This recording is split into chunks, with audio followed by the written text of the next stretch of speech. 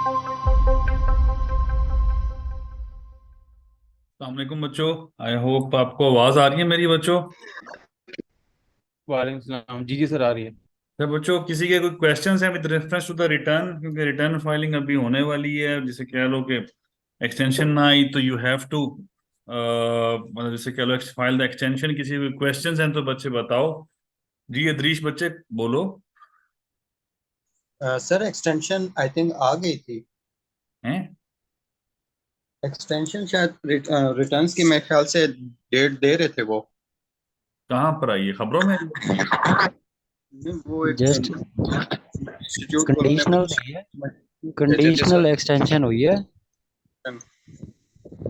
एक मिनट, बारी बारी। 15 डेज की। बारी बारी सारे बोल रहे हैं। जी अदरीश बच्चे बोलो। कंडीशनली कंडीशनली सर उन्होंने सेंड किया कि शायद एक्सपेक्टेड है कि इस डेट 30 दिसंबर कह रहे थे सर। यार नहीं नहीं, ऐसी नहीं है। 15 डेज की एक्सटेंशन वो मिली है, वो भी जो 20 लाख अबव के STRN वगैरह जो है ना, उसके लिए है डेट 15 की। वो भी with due permission of commissioner साहब। ओके, ठीक हो गया। शायद मैं रॉन्ग। बच्चे, मैं तो किसी की वो बात नहीं मानूंगा। ठीक है ना? ठीक है। अच्छा। किसी की जब एक्सटेंशन नहीं हुई सर, वही है। हाँ, लास्ट डे ठीक है आज। सर। एक मिनट। ये बच्चों, मेरे पास जब स्क्रीन शेयर हो जाए, स्क्रीन शो हो रही है आप लोगों को? मतलूब बच्चे, आप काइंडली डिस्कनेक्ट करके दोबारा कनेक्ट करो। आई होप आवाज आ जाएगी। ठीक है। मैंने रिसेंटली ये पढ़ा था कि क्या कहते हैं, जो कल आया था एफबीआर का ट्विटर, आई गेस ट्वीट आया था। उस पे ये था कि एफबीआर जो है वो करेगा, case to case basis extend करेगा। जो कल कल था, जिसे कह लो ना, ट्वीट था कल। तो अपार्ट फ्रॉम दैट और कोई भी नहीं थी। सर मतलूब को आपकी ये आवाज भी नहीं आ रही होगी। कोई मसला नहीं। आवाज आ रही है बच्चों आप लोगों को? जी, आवाज आ रही है जी आ आपको। रही है। जी आ यस रही है। सर। मैं एक जी आ रही है बात। मैसेज टाइप कर दूं ताकि डिस्कनेक्ट करके दोबारा ज्वाइन करें, सो दैट कि उनकी आवाज उनको आ जाए मेरी। खैर, इफ्तिखार बच्चे बोलो। अस्सलाम वालेकुम। अच्छा, वो रिटर्न एक्सटेंशन अप्लाई करना तो नहीं सिखाया था लास्ट जो नहीं नहीं, मैंने रिटर्न लास्ट फाइल वीक करना में? भी नहीं सिखाया था बच्चों। ठीक है। अच्छा, बस वो शुरू में आपने कहा ना एक्सटेंशन के बारे में मैंने बताया था। सो तो मैं जरा हो गया था कि शायद आपने बता दिया। मैंने तो नहीं कहा मैंने कुछ बताया था। राइट हो जी। एफबीआर ने बताया हमें। एफबीआर ने बताया कि एफबीआर का ट्विटर अकाउंट है, उस पे उन्होंने कहा है कि जी एक्सटेंशन पॉसिबल है। और क्या कहते हैं, वो उन्हीं केस टू केस बेसिस है। ठीक है। तो जी ठीक होगा। अदरवाइज नहीं। तो लेकिन ये कि एक्सटेंशन हो रही है अभी तक, जहां तक मेरी न्यूज़ है ना। तो वो एक्सटेंशन हो रही है, और 1 महीना तो हो रही है। ठीक है। ओवरऑल हो रही है जी, ओवरऑल इंशाल्लाह। सबको हो रही है। ठीक है, अब 1 महीने की एक्सटेंशन है। ठीक है। तो जहां तक मेरी न्यूज़ है, किसी का कोई रिटर्न से रेफरेंस कोई क्वेश्चन है बच्चों, पर्टिकुलरली कोई फाइल करना चाहता है तो पहले वो कर लेते हैं, फिर आगे स्टार्ट करते हैं। नदीम जान दौरानी जो भी ऑडियो अवेलेबल। ठीक है। वॉइस ओके, चलो परफेक्ट बच्चों। जिसका कोई क्वेश्चन है रिटर्न के रेफरेंस से, अगर कोई पहले वो करना चाहता है, क्योंकि आज डेट है, अभी कोई फाइल करना चाहता है, तो कोई क्वेश्चन करना चाहता है आउट ऑफ द वे जाके, तो काइंडली आप पहले पूछ लो ताकि हम बता दें, आगे चल रहे हैं। जी अदरीश बच्चे बोलो। अच्छा, नहीं सर, ठीक है। मैं वो चेक कर रहा था, सॉरी। कि रेज सॉरी। हैंड हो रहा है कि नहीं हो रहा? ठीक है, कोई मसला जी सर, वो नहीं। हैंग हो गया था मोबाइल। सर आवाज आ रही है आपको? जी बच्चे, मुझे आवाज आ रही है। सर नदीम दुरानी। सर एक चीज पूछनी थी कि प्रॉपर्टी टैक्स जो हम पे करते हैं, ये तो खैर इनकम टैक्स के रिटर्न के लिहाज से है, लेकिन पहले सुना था कि प्रॉपर्टी टैक्स की जो डिटेल है वो भी इसमें आप देते थे कि मैंने इतना property tax regarding specific property ये दी है। अब ये नजर मुझे नहीं आया रिटर्न्स में कि कहीं मेंशन होता हो। आप बता सकेंगे? बच्चे, प्रॉपर्टी टैक्स कहीं पे मेंशन नहीं होता, वो आपका प्रोविंशियल मैटर होता है, वो यहाँ पे मेंशन नहीं होता। ठीक है। अच्छा, नहीं है। That's great. ठीक। Thank you. कोई मसला नहीं। और जिसने छींक मारी है बच्चों, with due respect mic mute कर लो, छींकों की आवाजें ना आए बीच में। मेहरबानी तुम लोगों की। काशिफ बच्चे कुछ कहना चाहते हो, नहीं तो म्यूट कर लो। अच्छा, मुजम्मिल बच्चे सॉरी सर, सॉरी सर। अस्सलाम कोई मसला नहीं, कोई मसला नहीं। मुजम्मिल बच्चे, वालेकुम। वालेकुम जी जी सलाम। सर, अस्सलाम वालेकुम। सर, मुझे एग्रीकल्चर इनकम के बारे में, फाइल रिटर्न के बारे में पूछना था कि इसकी अलग से भी कुछ मुजम्मिल एसपीआर को। मुजम्मिल मुजम्मिल एक मिनट होल्ड करो। सारे बच्चों गौर से सुन लो। ये क्वेश्चंस जो पूछ रहे हैं, कोई रिटर्न आपकी आएगी तो ये आपको बड़े फायदा देंगे इंशाल्लाह। ये जो रिटर्न से रेलेवेंट क्वेश्चंस होते हैं, दे आर वेरी इंपॉर्टेंट। ठीक है, इसलिए मैं इसको कह रहा हूँ कि ताकि कोई, क्योंकि हमारा सेशन रिसेंटली स्टार्ट हुआ है, तो आप लोग क्वेश्चन सुन लो, इंशाल्लाह नेक्स्ट टाइम फायदा होगा। रिकॉर्डेड लेक्चर्स में ये क्वेश्चंस भी अवेलेबल होंगे, तो टेंशन नहीं लेनी। ठीक है जी, मुजम्मिल बच्चे बोलो। जी सर, एग्रीकल्चर इनकम पे जो रिटर्न फाइल होता है सर, उसकी अलग से भी कहाँ पे अपने पे करना होता है एसबीआर को? पर एकड़ पे होता है, एरीगेटेड का अलग होता है, ना अनएरीगेटेड का अलग होता है, ऐसा कुछ होता है या सर? एग्रीकल्चर इनकम जो होती है वो एग्जम्प्ट फ्रॉम इनकम टैक्स है।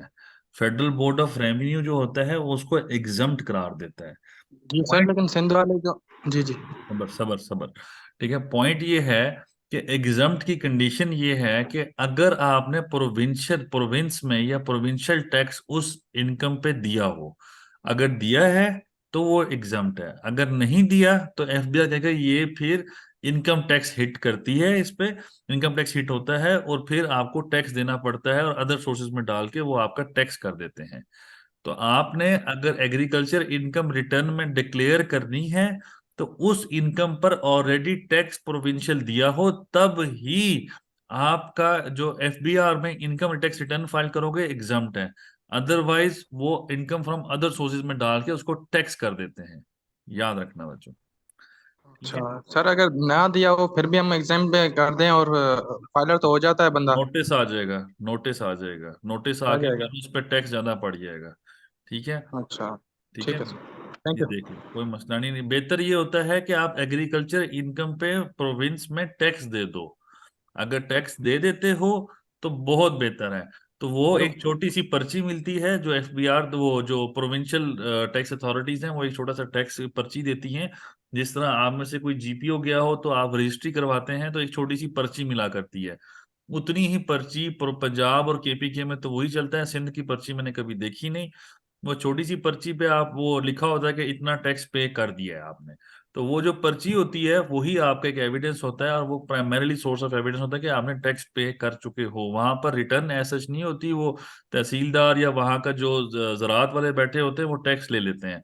जब वो ले लेते हैं, दो तीन तरह की बातें होती हैं कि जब आपकी फसल कटती है तो जितनी फसल आपकी हुई उसके ऊपर टैक्स ले लेते हैं, लेकिन वो थोड़ा सा टैक्स होता है, वो ज्यादा आप वहां पे डिक्लेयर करते नहीं। जैसे आप 40 मन डिक्लेयर किया है कि आपकी इनकम है, तो वहां पर ये होता है कि 1 मन 2 मन या 4 मन आप लिखते हो, और उस पर थोड़ा सा टैक्स दे देते हो, लेकिन इनकम ज्यादा हुई होती है आपको।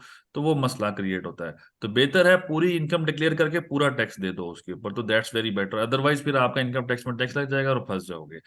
अच्छा, ठीक है सर, थैंक यू सर। कोई मसला नहीं। मैं एक मिनट जरा मैसेजेस देख लूं, मैं फिर आपके उतनी लिखा है।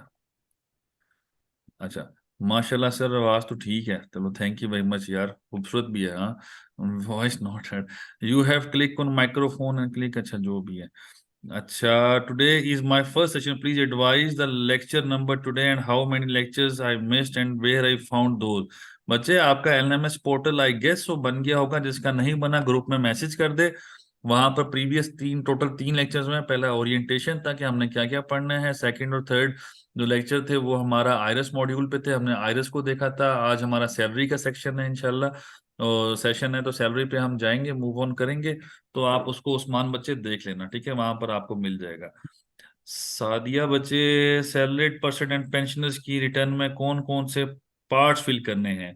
अगर आप सादिया बच्चे देखो तो आपके पास इनकम फ्रॉम अदर सोर्सेज में सेकंड लास्ट या थर्ड लास्ट अमाउंट आ रही होती है, वो वहां लिखा होता है पेंशन स्लैश एन्युटी। तो वहां पर आप डालोगे, मैं इसको अभी आपको सादिया बच्चे इंशाल्लाह कोशिश है कि मैं आपको करके दिखा दूं। ठीक है, अगर ना दिखाऊं तो सादिया बच्चे एंड में मुझसे दोबारा ये मैसेज कर लेना। It's very easy, thank you very much Muzammil साहब, बहुत इजी। अच्छा सर, मेरा एसटीआरएम ब्लॉक कर दिया without notice, I face big losses, so I was unable to file sales tax return. बच्चे डिपार्टमेंट जाओ, उनसे कहो कि ब्लॉक क्यों हुआ है, मुझे नोटिस दें। आपने रिटर्न फाइल नहीं की होगी पहले 6 महीने, या कुछ ऐसा वैसा किया होगा जो ब्लैक लिस्ट हो गए होगे, तो आप वहां पे अपना जाके रिकॉर्ड चेक करवाओगे और उस पे जो टैक्स बनता है वो दोगे, आपको एक्टिव कर देंगे उसी टाइम ना। कोई बड़ी, it's not a big deal. अच्छा जी Bilal, I don't get access. Bilal बच्चे, ग्रुप में जो हमारा व्हाट्सएप ग्रुप बना हुआ है उस पर मैसेज कर दो, आपका इंशाल्लाह जल्दी एज सुन एज पॉसिबल आपको बना दे के दिया जाएगा। जिन बच्चों का नहीं हुआ हुआ, ग्रुप में मैसेज कर दें कि जी हमारा एलएमएस पोर्टल नहीं तैयार, वो आपसे आपकी डिटेल लेके फौरन तैयार कर देते हैं। वो बेसिकली अराउंड हमारे जो ऑनलाइन सेशन है, कोई 15 से 20 सेशन चल रहे हैं ऑनलाइन सेशंस, तो वो उसमें कुछ बच्चों का मिस हो जाता है, तो माजरत उसके लिए। लेकिन फिर इंशाल्लाह आप ग्रुप में मैसेज करोगे, प्रायोरिटी बेस पे कर देंगे। पर्टिकुलरली मंडे को आप करें तो ज्यादा बेहतर है, क्योंकि अभी आईटी वाले छुट्टी कर गए होंगे, कल भी छुट्टी होगी। आप मंडे को जरूर मैसेज कर दो, आपको इंशाल्लाह बना दिया जाएगा। सर क्या बिजनेस इंडिविजुअल से सैलरी पर चेंज हो सकता है? बच्चे सिर्फ सैलरी रिटर्न फाइल कर दो और बिजनेस को डिलीट करवा दो एफबीआर जाके, तो वो डिलीट करवाओगे इंशाल्लाह अदरीश बच्चे, तो वो हो जाएगा। सिर्फ आप सैलरी की रिटर्न फाइल कर दो, बिजनेस की रिटर्न ही ना फाइल करो। सर प्लीज आज रिटर्न जमा करना बताएं। जी बच्चे, रोज कोशिश है कि आज ही कंप्लीट हो जाए, ठीक है। अच्छा, सैलरीड पर्सन को टैक्स में क्या है बच्चे? सर सितंबर 2021 से अनपेड हैं, 10,000 पर मंथ फाइन कह रहे हैं बच्चे। 5,000, उनसे रिक्वेस्ट करो कि फाइन 5,000 कर दें बच्चे, ये बनेगा, इतना फाइन बनता है। पोर्टल नॉट अवेलेबल, ग्रुप में बच्चे not in this session, group में मतलूब बच्चे मैसेज करो, आ जाएगा। को टैक्स में एग्जम्पशन की क्या मीनिंग है? सैलरीड पर्सन को टैक्स में एग्जम्पशन की मीनिंग है कि उसकी सैलरी पे टैक्स नहीं लगेगा, लेकिन सैलरी पे टैक्स कोई स्पेशल केस होगा तो नहीं लगेगा, वरना टैक्स लगता है। सर लेक्चर स्टार्ट कर दें? जी जोए बच्चे, बस 2 मिनट दो, स्टार्ट कर रहे हैं। सर मैंने आज रिटर्न फाइल की, बट वो कहते हैं चालान पे करो, न्यू रजिस्ट्रेशन के चालान पे करना होता है क्या? बच्चे आपने टैक्स जनरेट कर दिया होगा मुजम्मिल बच्चे, टैक्स होगा तो चालान होगा, अगर टैक्स नहीं होगा तो चालान के बगैर रिटर्न सबमिट नहीं होगी। व्हाट्सएप पर ओनली एडमिन्स टैक्स कर सके तो कैसे पोर्टल का टैक्स करें? बच्चे जस्ट अ मिनट, हमारा ग्रुप कौन सा है? 1 मिनट में अभी अभी कर रहा हूँ मैसेज। हमारा है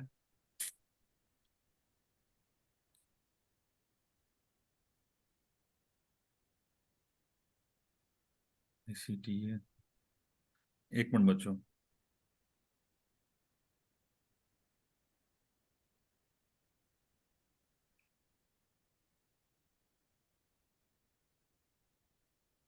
सर CTA ऑनलाइन सितंबर बैच, ये ग्रुप है जी हमारा व्हाट्सएप का। ठीक है बच्चे, मैंने मैसेज कर दिया, ठीक है, बेफिक्र रहो, आ जाएगा, आपको एक्सेस मिल जाएगी। 2023 रिटर्न के लिए भी सरचार्ज पे करना होगा अदरीश बच्चे। व्हाट्स क्या 2023 की रिटर्न के लिए भी सरचार्ज पे करना होगा? नहीं बच्चे, अगर आज फाइल कर दोगे तो सरचार्ज नहीं होगा, या जब तक एक्सटेंशन होती है तब तक। बच्चे जमीन बच्चे, मैंने मैसेज कर दिया ग्रुप में, इंशाल्लाह हो जाएगा। और कौन रह गया बच्चा जिसका मैसेज रहता है? ओके, चलो परफेक्ट। रिटर्न से पहले हमें रूल्स और रेगुलेशंस की कोई बुकलेट रीड करनी है तो काइंडली डू गाइड अस। बच्चे ये ऑर्डिनेंस आई होप आपकी स्क्रीन पे नजर आ रहा होगा, इस ऑर्डिनेंस को देखना शुरू करो, मैं पढ़ाता जाऊंगा, इंशाल्लाह आपको समझ आती जाएगी, ठीक है, बेफिक्र रहो। और अच्छा, जिस जिसने ऑडियो में, शरोज बच्चे बोलो। अस्सलाम वालेकुम सर। वासलाम। सर जी हमें ना ये बता दें, फाइलर के क्या एडवांटेज हैं और क्या डिसएडवांटेज हैं, और नॉन फाइलर के क्या फवायद और क्या नुकसान हैं? फाइलर का बच्चे, जो आपने प्रॉपर्टी खरीदनी है, गाड़ी खरीदनी है, जितनी भी चीजें आपने खरीदनी है, उसका टैक्स कम होता है, और जो नॉन फाइलर होता है उसका टैक्स ज्यादा होता है। मेन एडवांटेज ये है। दूसरी बात है कि आपको ऐसा कोई जिसे कह लो कि आपको वापसी कोई पैसे मिलेंगे, ये मत सोचना, ठीक है। लेकिन ये कि जो टैक्स के रेट्स होते हैं वो कम हो जाते हैं फाइलर के, और जो नॉन फाइलर है उसके टैक्स के रेट्स ज्यादा होते हैं। अगर बिजनेस करते हो, कुछ भी करते हो, प्रॉपर्टी खरीदते हो, गाड़ी खरीदते हो, कोई भी ऐसा काम करते हो, तो टैक्स के रेट का फर्क पड़ता है। ये सर गवर्नमेंट को क्या फायदा होता है हमें हमें फाइलर वर्क करने में, या हमें फाइलर होने में। भाई गवर्नमेंट को टैक्स देते हो ना आप, ठीक है, जी सर। गवर्नमेंट को जब टैक्स देते हो। अच्छा, चलो मैं इसको ओवरऑल आपको क्वेश्चन का जवाब देता हूँ, जरा थोड़ा देर रुको, मैं आपके क्वेश्चन का जवाब देता ठीक हूँ। सर। बच्चे क्वेश्चन ठीक के सर। गैलेक्सी G7 कोर, बच्चे बोलो। वालेकुम सर। वालेकुम सलाम। सर मेरा क्वेश्चन ये है कि अगर नेशनल सेविंग सर्टिफिकेट्स अगर हमारे पास मौजूद हैं और इसकी ट्रीटमेंट कहाँ पे हम करेंगे, रिटर्न के अंदर, और इसके ऊपर जो इनकम है और उसके ऊपर जो प्रॉफिट जो प्रॉफिट आया है उसके ऊपर टैक्स डिडक्ट हुआ है, वो टैक्स एडजस्टेबल है या फाइनल में कंसिडर होगा? सॉरी हाँ जी बच्चे, प्लीज। मैं ग्रुप में मैसेज आ गया था, दोबारा बोलो बच्चे। नेशनल सेविंग सर्टिफिकेट्स सर की जो टैक्स आता है एक उसका कहाँ डिक्लेयर करना है, ये कहना चाह रहे हो आप? उसको डिक्लेयर किधर करना जो इनकम हुई है, और उसके बाद उसका ये पूछना था कि ये फाइनल में है या कि एडजस्टेबल में फाइनल कंसिडर में बच्चे, किया जाएगा? पहली बात है फाइनल फाइनल है। है दूसरा रिटर्न में मैं जी। अभी आपको दिखाता हूँ इंशाल्लाह। जी जी जमीन बच्चे थैंक बोलो। यू। सर जमीन खान बोलें सर। अस्सलाम वालेकुम जी। वालेकुम सलाम। सर जी, अगर एक पर्सन है वो पेंशन ले रहा है तो पेंशन पर तो टैक्स नहीं है, लेकिन अगर वो दूसरा कोई काम कर रहे हैं, जॉब शुरू की उसने प्राइवेट, ओए तो उसको फिर किस तरह ट्रीट करेंगे? उसके इस इनकम को उस इनकम के साथ ये पेंशन वाला जमा करना पड़ेगा कि नहीं जमा? नहीं बच्चे, वो एग्जाम्प्ट हो जाएगी ना, वो सेपरेट हो जाएगी, ठीक है। वो पेंशन पे टैक्स नहीं है, एक ही पेंशन है, बच्चे दूसरी सैलरी पे टैक्स लग जाएगा। जी जोहेब बच्चे, कुछ कहना चाहते हो आप? अस्सलाम वालेकुम सर। जी madam. Sir kindly start the lecture. Okay, thank you. धमकी ना दीजिएगा बच्चे, सब ठीक है जी। सर आराम से कहा है आपने, क्योंकि सर आई वेटिंग, तो मैं काफी देर से वेट कर रही थी, तो आई थॉट कि मुझे बोलना चाहिए। कोई नहीं जी मैडम, रिटर्न का टाइम है ना, तो दैट्स वाई कि कोई बच्चों के क्वेश्चंस रह ना जाए ना, तो जी जी। इसलिए चलें सर। इम्पोर्टेंस सबको देनी होती है मैडम, यही मसला है। चलें, ठीक थैंक यू है, सर, आप काइंडली कोई देख मसला लें। नहीं। अच्छा बच्चों, रिटर्न का सेशन हम स्टार्ट कर रहे हैं। आज मैं लॉ इंशाल्लाह कल पढ़ाऊंगा, कोशिश होगी कल पढ़ा लो लॉ। और अभी मैं रिटर्न फाइल करने का तरीका बताने लगा हूँ, क्योंकि return is very important for some of the people around. Return file करने का तरीका जिसमें काफी बच्चों के क्वेश्चंस होंगे, तो उस पे जाते हैं बच्चों। रिटर्न में जब मैंने एफबीआई की साइट खोली है, सबसे पहले बच्चों एफबीआई की साइट खोल गई है, यहाँ पर इनकम टैक्स आईआरएस पे क्लिक करना है, ठीक है। जब इस आईआरएस पे मैंने क्लिक किया, तो जस्ट अ मिनट, हर किसी के आगे तकरीबन ये वाला पेज आएगा, जो भी बंदा आएगा उसके आगे यही पेज खुलेगा, कोई स्पेशल पेज नहीं होगा, यही पेज, चाहे कंपनी होगी चाहे इंडिविजुअल होगा, सबके आगे यही पेज खोलना है। अब मैं जरा लॉगिन कर रहा हूँ बच्चों। मैंने लॉगिन कर लिया बच्चों, लॉगिन पासवर्ड मेरे पास था, लॉगिन कर लिया। पासवर्ड कैसे बनेगा हम पिछले 2 सेशंस में डिस्कस कर चुके हैं, लॉगिन कैसे बनता है सारा कुछ डिस्कस हो चुका है। थोड़ा सा आगे चलते हैं। अब मैंने अपनी रिटर्न फाइल करनी है बच्चों। मैं अब क्वेश्चंस ना थोड़ी देर बाद लूंगा, ठीक है। मैंने रिटर्न फाइल करनी है, रिटर्न फाइल कैसे करनी है वो मैं दिखा रहा हूं आप लोगों को, ठीक है।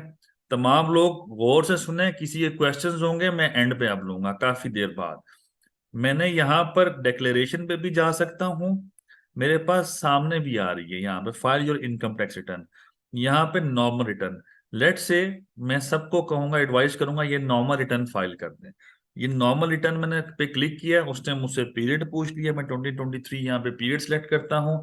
यहाँ पे मैं क्लिक करूंगा, मेरे पास पीरियड ऑटोमेटिकली आ गया, क्योंकि मैंने रिटर्न अभी तक फाइल नहीं की हुई थी। मैंने यहीं पे क्लिक करने के बाद इस कंटिन्यू की ऑप्शन पे मैंने क्लिक किया है, तो मेरे आगे ये रिटर्न खुल गई है।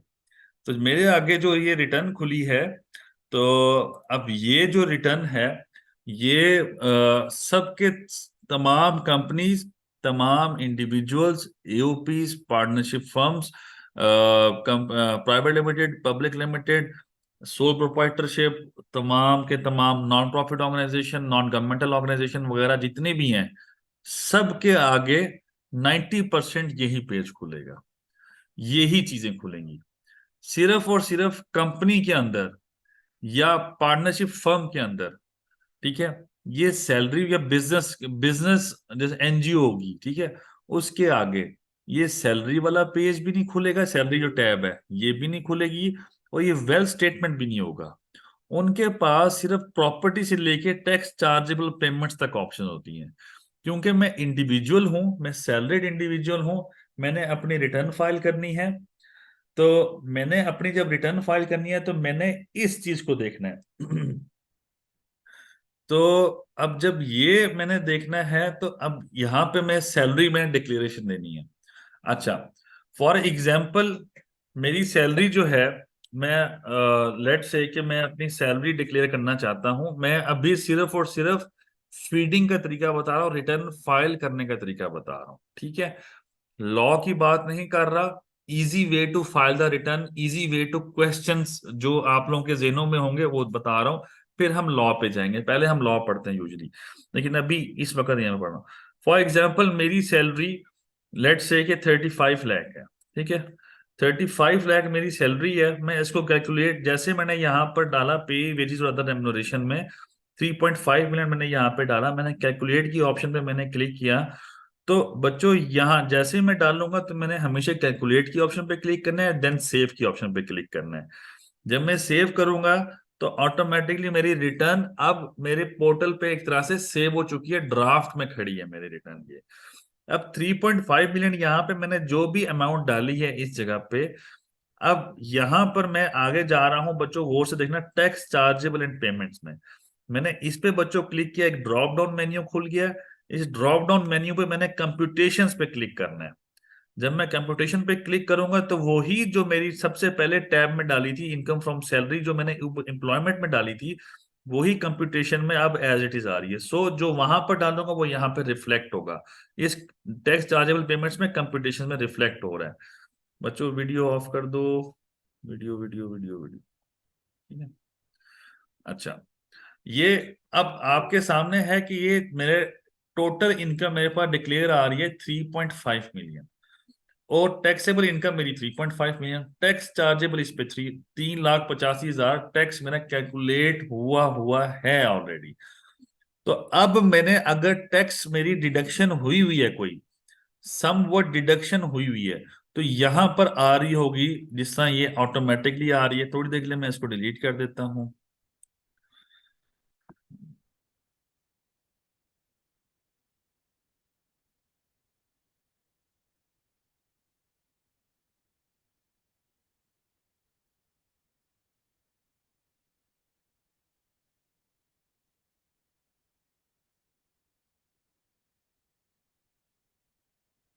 अब कंप्यूटेशन में मैं जाता हूं तो वो मेरे पास शो कर रहा है कि मेरा जो नॉर्मल इनकम टैक्स है वो आ रहा है 3,85,000।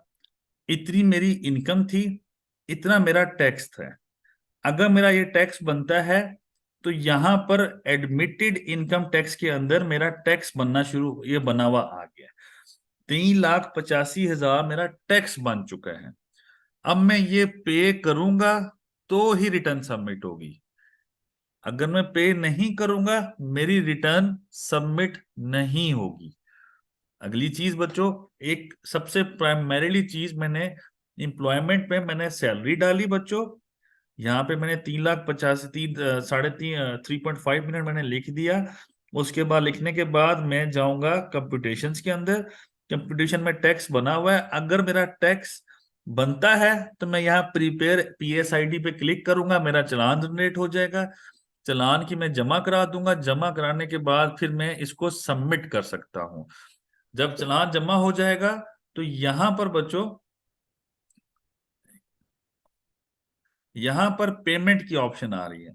इस पेमेंट की ऑप्शन में मैं क्लिक करूंगा, यहां पर अनक्लेम्ड PS पेमेंट्स, यहां पर मैं रिलोड पे क्लिक करूंगा तो मेरे पास जो पेमेंट्स हैं वो ऑटोमेटिकली यहां पर रिफ्लेक्ट हो जाएगी जो मैंने चालान जमा कराया है। तो ये था बेसिकली अभी कि मेरी जो रिटर्न थी वो मैंने बेसिकली स्टार्ट कैसे की। अब मैं इसको दोबारा दिखाता हूं। सैलरी के अंदर मैंने ये अमाउंट डाली है बच्चों, और टैक्स चार्जेबल पेमेंट में कंप्यूटेशंस के अंदर यही amount as it is reflect हो रही है, ठीक है। बच्चे, उम्र बच्चे एनोटेट ना करो, विद ड्यू रिस्पेक्ट बच्चे।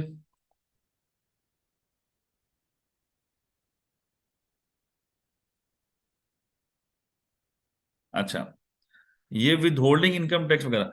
अब थोड़ा सा एक कंसेप्ट मजीद की तरफ जाते हैं, अब फर्दर थोड़ा सा अगली। अच्छा, अब ये चीज मेरी हो गई है, सैलरी डिक्लेयर हो गई, सारा कुछ हो गया। अब यही चीज, अब ये थी मेरी रिटर्न, और इस रिटर्न को कहते हैं section 114। Section 114 sub section 1, section 114 sub section 1 की मैं कंप्लायंस कर रहा हूं। मैं रिटर्न फाइल करना, रिटर्न फाइल होती है सेक्शन 114 की 1 में। तो अगर मैं विद इन टाइम सबमिट करता हूं तो 114 सब सेक्शन 1 के अंदर मैं रिटर्न टाइमली सबमिट कर रहा हूं। This is basically return filing. अब next step, return file, return तैयार हो गई। रिटर्न तैयार होने के फौरन बाद अभी सबमिट नहीं कर सकता मैं। जब मैं सबमिट इंडिविजुअल की, मैं सैलरीड इंडिविजुअल या इंडिविजुअल की तब तक नहीं कर सकता जब तक मेरे पास ये जो वेल्थ स्टेटमेंट आ रही है, ये वेल्थ स्टेटमेंट सबमिट ना हो। तो मैं अब वेल्थ स्टेटमेंट खोलूंगा। वेल्थ स्टेटमेंट पे मैं क्लिक करता हूं बच्चे, मेरे पास 3 ऑप्शन है, personal expenses, personal assets and liability and reconciliation of net assets. अब मैंने सबसे पहले ये करना है कि मैं जाऊंगा रिकंसिलिएशन ऑफ नेट एसेट्स में। मैं रिकंसिलिएशन ऑफ नेट एसेट्स में आ गया, तो इसमें काफी ऑप्शंस आ रही हैं, जैसे income declared as per return for the year subject to normal tax. ठीक है, इसका मतलब ये है, क्या कहते हैं कि जो रिटर्न है वो एज इट इज एक्सटेंड हो रही है मेरी डेट। या क्या मैं पढ़ रहा हूँ, ठीक है, मैं मोबाइल पे मैसेज आ गया एक्सटेंड हो। अच्छा, इसका मतलब ये है कि आपकी इनकम के ऊपर जो नॉर्मल टैक्स लगता है वो आपने यहां पर डिक्लेयर करनी है। तो यहां पर अगर मैं बात करूं तो मेरी जो सैलरी थी 3.5 मिलियन, तो इसके 3.5 मिलियन पूरे के ऊपर कंप्यूटेशन में आपने देखा कि टैक्स लग रहा है। तो कंप्यूटेशन में इस 3.5 मिलियन के ऊपर 3,85,000 टैक्स लगा हुआ है। तो मैं वेल्थ स्टेटमेंट में जाके रिकंसिलिएशन ऑफ नेट एसेट्स में जाके यहां पर डिक्लेयर कर दूंगा 3.5 मिलियन। यहां पर मैं जब ये डिक्लेयर किया बच्चों, तो मेरे पास जो इनफ्लोज है, ये पर्टिकुलरली इनफ्लोज, ये इनफ्लोज यहां पर डिक्लेयर हो रहे हैं। एक चीज बच्चों, सारा कंसेप्चुअल स्टडी है, गौर से सुनना। वेल्थ जो सैलरीड इंडिविजुअल होता है उसकी सैलरी पे ज्यादा इशू नहीं होता, उस पर सबसे ज्यादा इशू होता है कि उसकी जो वेल्थ स्टेटमेंट है वो प्रॉपर होनी चाहिए। अब वेल्थ स्टेटमेंट मैंने प्रॉपर डिक्लेयर करनी है। नेक्स्ट चीज, नेक्स्ट सबसे अहम चीज इसमें यह है कि जो वेल्थ स्टेटमेंट की रिकंसिलिएशन ऑफ नेट एसेट जो मैंने खोला हुआ है, आपके सामने खोला हुआ है, इसमें सबसे अहम ये चीज होती है कि ये जो रिकंसिलिएशन ऑफ नेट एसेट्स है, इसको 75 to 80% आपकी बैंक स्टेटमेंट के साथ टैली होना चाहिए। बैंक स्टेटमेंट जो आप मंगवाते हो अपने बैंक से पूरे साल की, यानी कि 1 जुलाई 2022 से लेके 30 जून 2023 तक, ये जो बैंक स्टेटमेंट होगी उसमें ये इंफॉर्मेशन प्रॉपरली आनी चाहिए। वो जो पैसे आए हैं वो पैसे प्रॉपरली डिक्लेयर होने चाहिए। अगर आप वो नहीं करते, अगर आप बच्चों वो नहीं करते बैंक स्टेटमेंट, तो इसका क्लियरली मतलब ये होता है बच्चों कि आपने अपनी बैंक स्टेटमेंट प्रॉपर डिक्लेयर नहीं की, और जो अमाउंट्स आप डिक्लेयर नहीं करते वो एफबीआर तसव्वुर करता है कि आपकी एक्स्ट्रा इनकम थी जो आपने यहां पर डिक्लेयर नहीं की। जब इस तरह का सिनेरियो होगा तो ये जो है आपकी इनकम, जो एक्स्ट्रा इनकम है, उस पर टैक्स लग जाया करेगा। तो इसीलिए बेहतर है कि आप लोग बैंक स्टेटमेंट जब भी खुद की रिटर्न फाइल करनी है, क्लाइंट की रिटर्न फाइल करनी है, किसी की भी, तो सबसे पहले तुमने आप सब ने जो बैंक स्टेटमेंट है उसको प्रॉपरली रिकंसाइल करना है इनफ्लोज के साथ।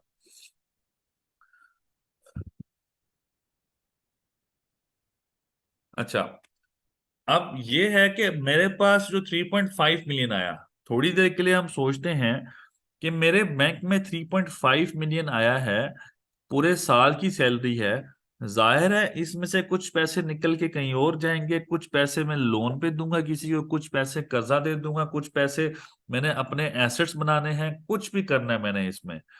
कुछ जब करूंगा तो सारे के सारे पैसे निकलेंगे इस 3.5 मिलियन से।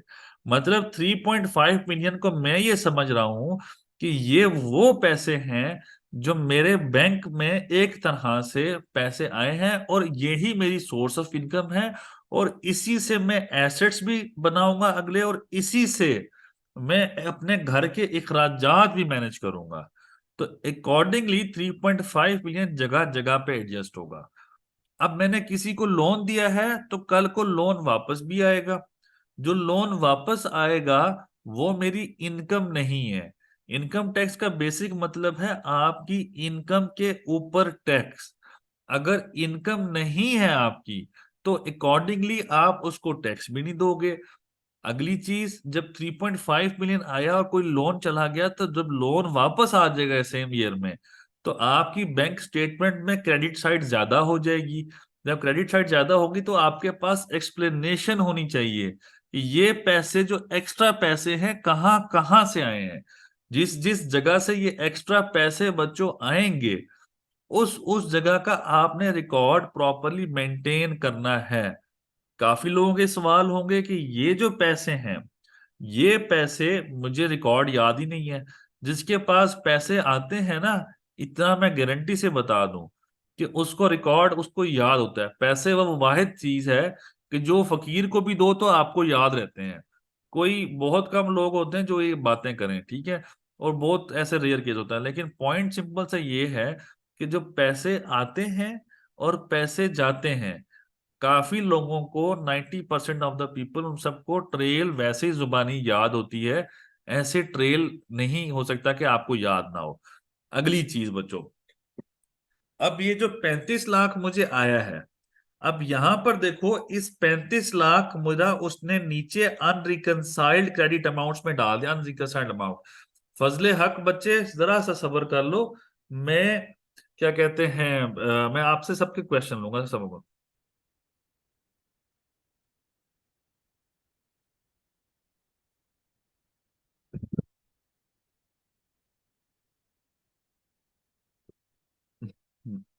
अच्छा, अब ये मेरे पास पैसे आए हैं 3.5 मिलियन। यार मैं जरा एक मिनट रिटर्न चेक कर लूं कोई एक्सटेंशन आई है कि नहीं आई। यहाँ पर कोई नोटिस नहीं आया तो इसलिए एक्सटेंशन नहीं आई। एक मिनट बच्चों, जरा चेक करते रहे साथ साथ कि जो जो रिटर्न वाले बच्चे हैं उनको जवाब मिलता है। एफबीआर को साइड को दौरा पड़ गया, नहीं अभी तक कोई नोटिस नहीं आया। सिस्टम फंक्शनिंग एफिशिएंटली, कोई कोई एक्सटेंशन की न्यूज नहीं है अभी तक।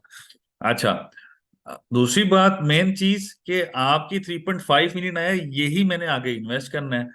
अगर 3.5 मिलियन जो ये बच्चों मेरे पास पैसे आए हैं, ये मैंने इसके कोई एसेट्स खरीदे हैं, जैसे गाड़ी खरीद ली है 10 लाख की, 15 लाख की, 20 लाख की, बकिया अकाउंट में पड़े रह गए हैं, तो यही पैसे इस पर्सनल एसेट्स एंड लायबिलिटीज में चले जाएंगे और पर्सनल एक्सपेंस में चले जाएंगे। मतलब इसी 3.5 मिलियन को हमने जगह जगह पे एडजस्ट करना है। फॉर एग्जाम्पल, फॉर इंस्टेंस, मैं इसको एडजस्ट ऐसे कर रहा हूं कि 15 लाख मैंने घर में लगाया और 20 लाख जो है मैंने उसके एसेट खरीद लिया। तो मैं यहां पर 15 पर्सनल एक्सपेंस में जाके other personal house hold expense में मैं 15 लाख लिख रहा हूं कि ये मैंने घर में लगा लिया। और पर्सनल एसेट्स एंड लायबिलिटीज में मैं जाता हूं तो यहां पर मैं, जिसे कह लो प्रेशियस पोजेशन छोड़ो, मोटर व्हीकल लिख देता हूँ। 1 2 3 इधर भी 1, जो भी डिटेल्स है मैं प्रॉपर डाल लूंगा, मैं फॉर अंडरस्टैंडिंग पर्पज डाल रहा हूँ। यहाँ पे मैंने 20 लाख डाल दिया। तो मेरा जो 35 लाख है अकॉर्डिंगली पर्सनल एक्सपेंस में और एसेट एंड लायबिलिटीज में एडजस्ट हो गया। अब मेरे पास अनरिकंसाइल्ड अमाउंट कितनी आ गई? 0। इसका मतलब ये हुआ कि जो मेरे पैसे आए हैं वो मैंने एडजस्ट कर लिए हैं अपने कैश के अंदर या अपने एसेट में और एक्सपेंसेस में। ये था सबसे बेसिक तरीका of filing of your income tax return. अब थोड़ा सा मैं इसको इवॉल्व कर रहा हूं, थोड़ा सा एडवांस करने लगा हूं, ठीक है। अब मैं सबके क्वेश्चंस लूंगा बच्चे, बस थोड़ा सा मुझे टाइम दे दो। आई होप टेंशन न लेना, ठीक है। अब मेरे पास यहां पर आ रहा है पे wages remuneration including arrears of salary, नीचे आ रहा है अलाउंसेस, तीसरा आ रहा है एक्सपेंडिचर रीइंबर्समेंट, चौथा आ रहा है value of perquisite pre profit in lieu addition to the pay वगैरह। अगर थोड़ी देर के लिए मैं यहाँ हर जगह पे लाख लाख रुपए डाल दूं, ठीक है,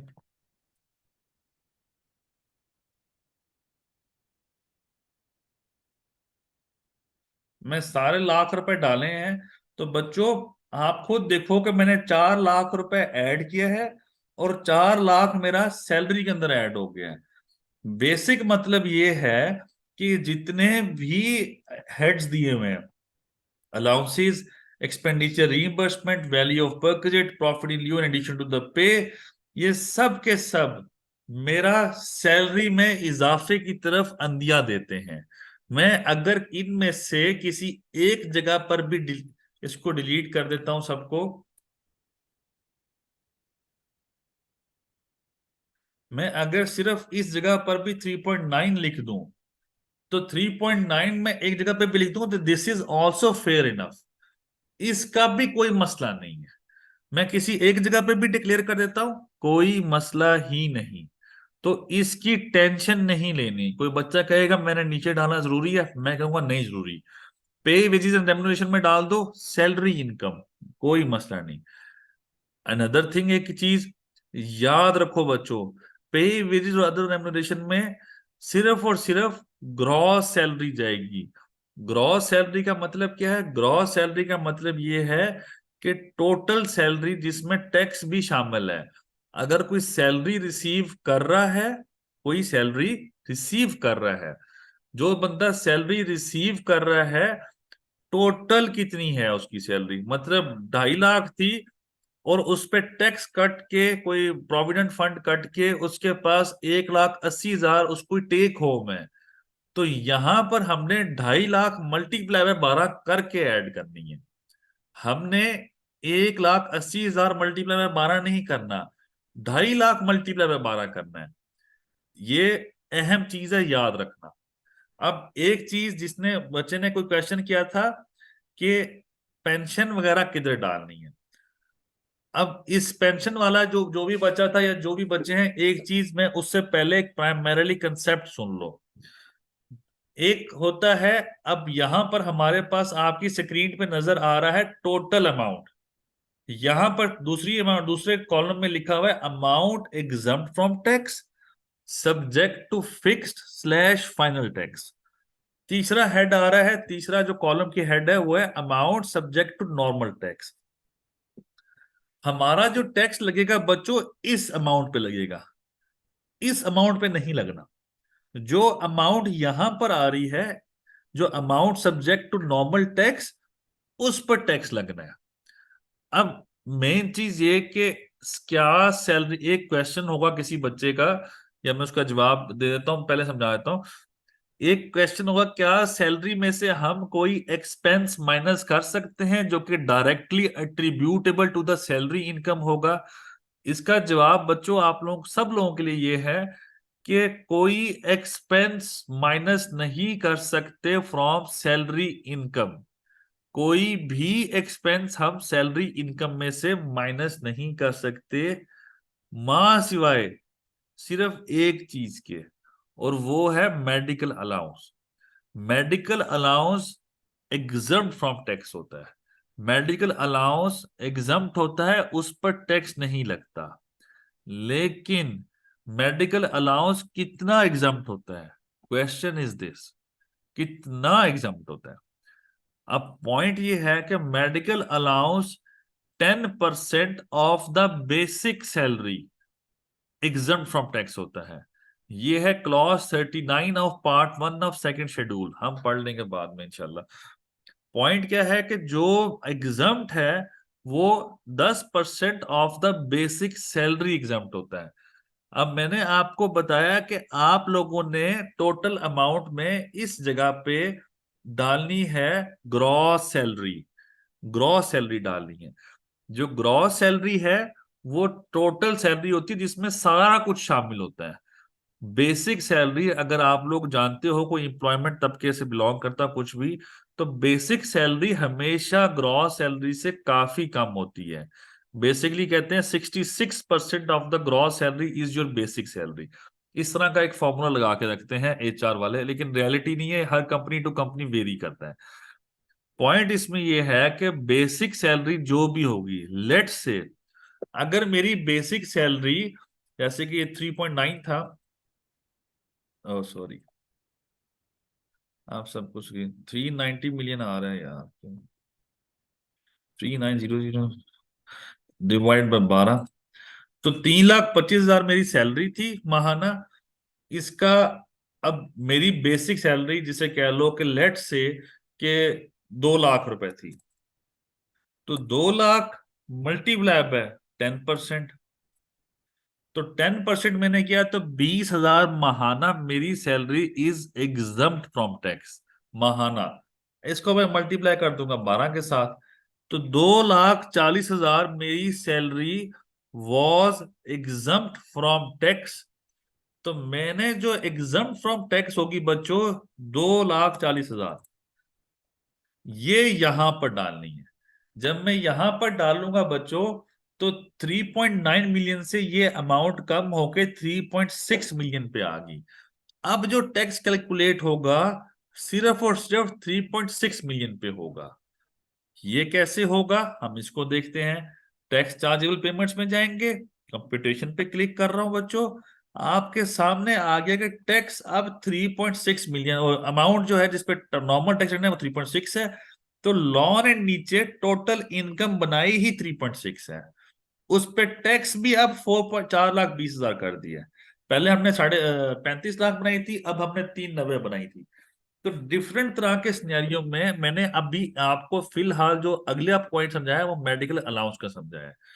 अब medical allowance is exempt from tax. अगर आप इस सिनेरियो पे जाते हैं, इस सिनेरियो में हमारी वेल्थ स्टेटमेंट में क्या डिक्लेयर होगा। वेल्थ स्टेटमेंट हमने जो यहां पर बनाई हुई थी, इसमें जाते हैं हम हमेशा रिकंसिलेशन ऑफ नेट एसेट पे। यहां पर मैंने क्या बताई 3.66 मिलियन,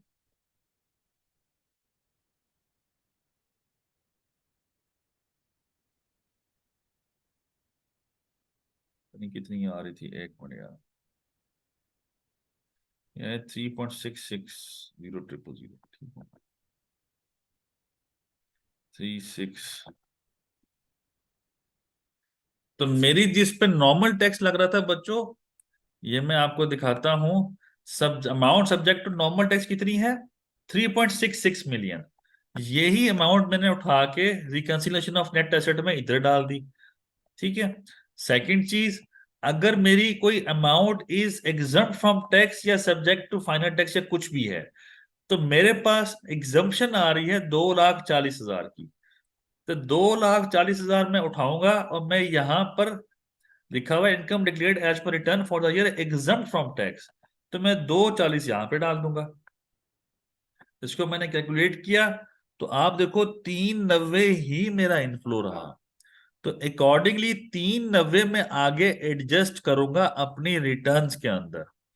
अब नेक्स्ट और मेन एक अहम चीज है वो मैं बता दूं, जो मैंने अभी बताई नहीं थी, तो ये अकॉर्डिंगली वेल्थ स्टेटमेंट में इस तरह डिक्लेयर होगा।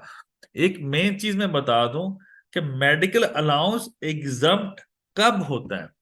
मेडिकल अलाउंस तब ही एग्जम्प्ट होगा बच्चों जब आपको आपका एम्प्लॉयर, कंपनी का एम्प्लॉयर जो मालिक है, वो आपको कोई मेडिकल फैसिलिटी ना दे।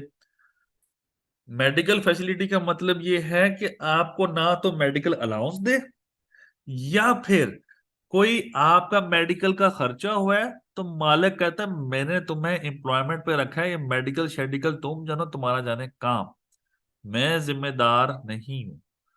इस तरह के सिनेरियो के अंदर हमारा लॉ कहता है कि जो मेडिकल अलाउंस है वो बंदे को मिलेगा। अगर आपकी कंपनी ने इंश्योरेंस करवा के रखी है, अगर आपकी कंपनी ने कुछ भी करवा के रखा हुआ है और आप उससे फायदा उठा रहे हो और वो इंश्योरेंस के पैसे कंपनी वालों ने खुद बेयर कर रही है, आप नहीं बेयर कर रहे, कंपनी वाले खुद बेयर कर रहे हैं, जब कंपनी इंश्योर्ड पॉलिसी चल रही है तो इसका मतलब है कि आप मेडिकल फैसिलिटी कंपनी से ले रहे हो।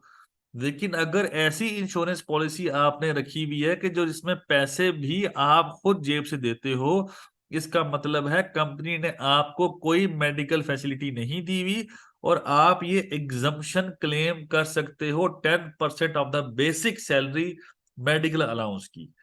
ये था यहां तक एक छोटे छोटे से 2-3 कंसेप्ट।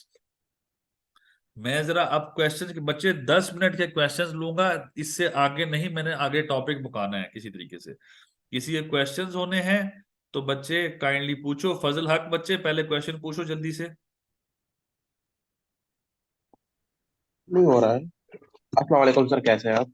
मैं ठीक ठाक बच्चे, आप सुनाओ। सर, जिस तरह के आपने प्रीवियस लेक्चर में कहा था कि जो है ना वो इनकम टैक्स, इसमें जो है ना हम बैंक जो है ना वो लिंक नहीं करना चाहते ना, तो कोई इशू नहीं है।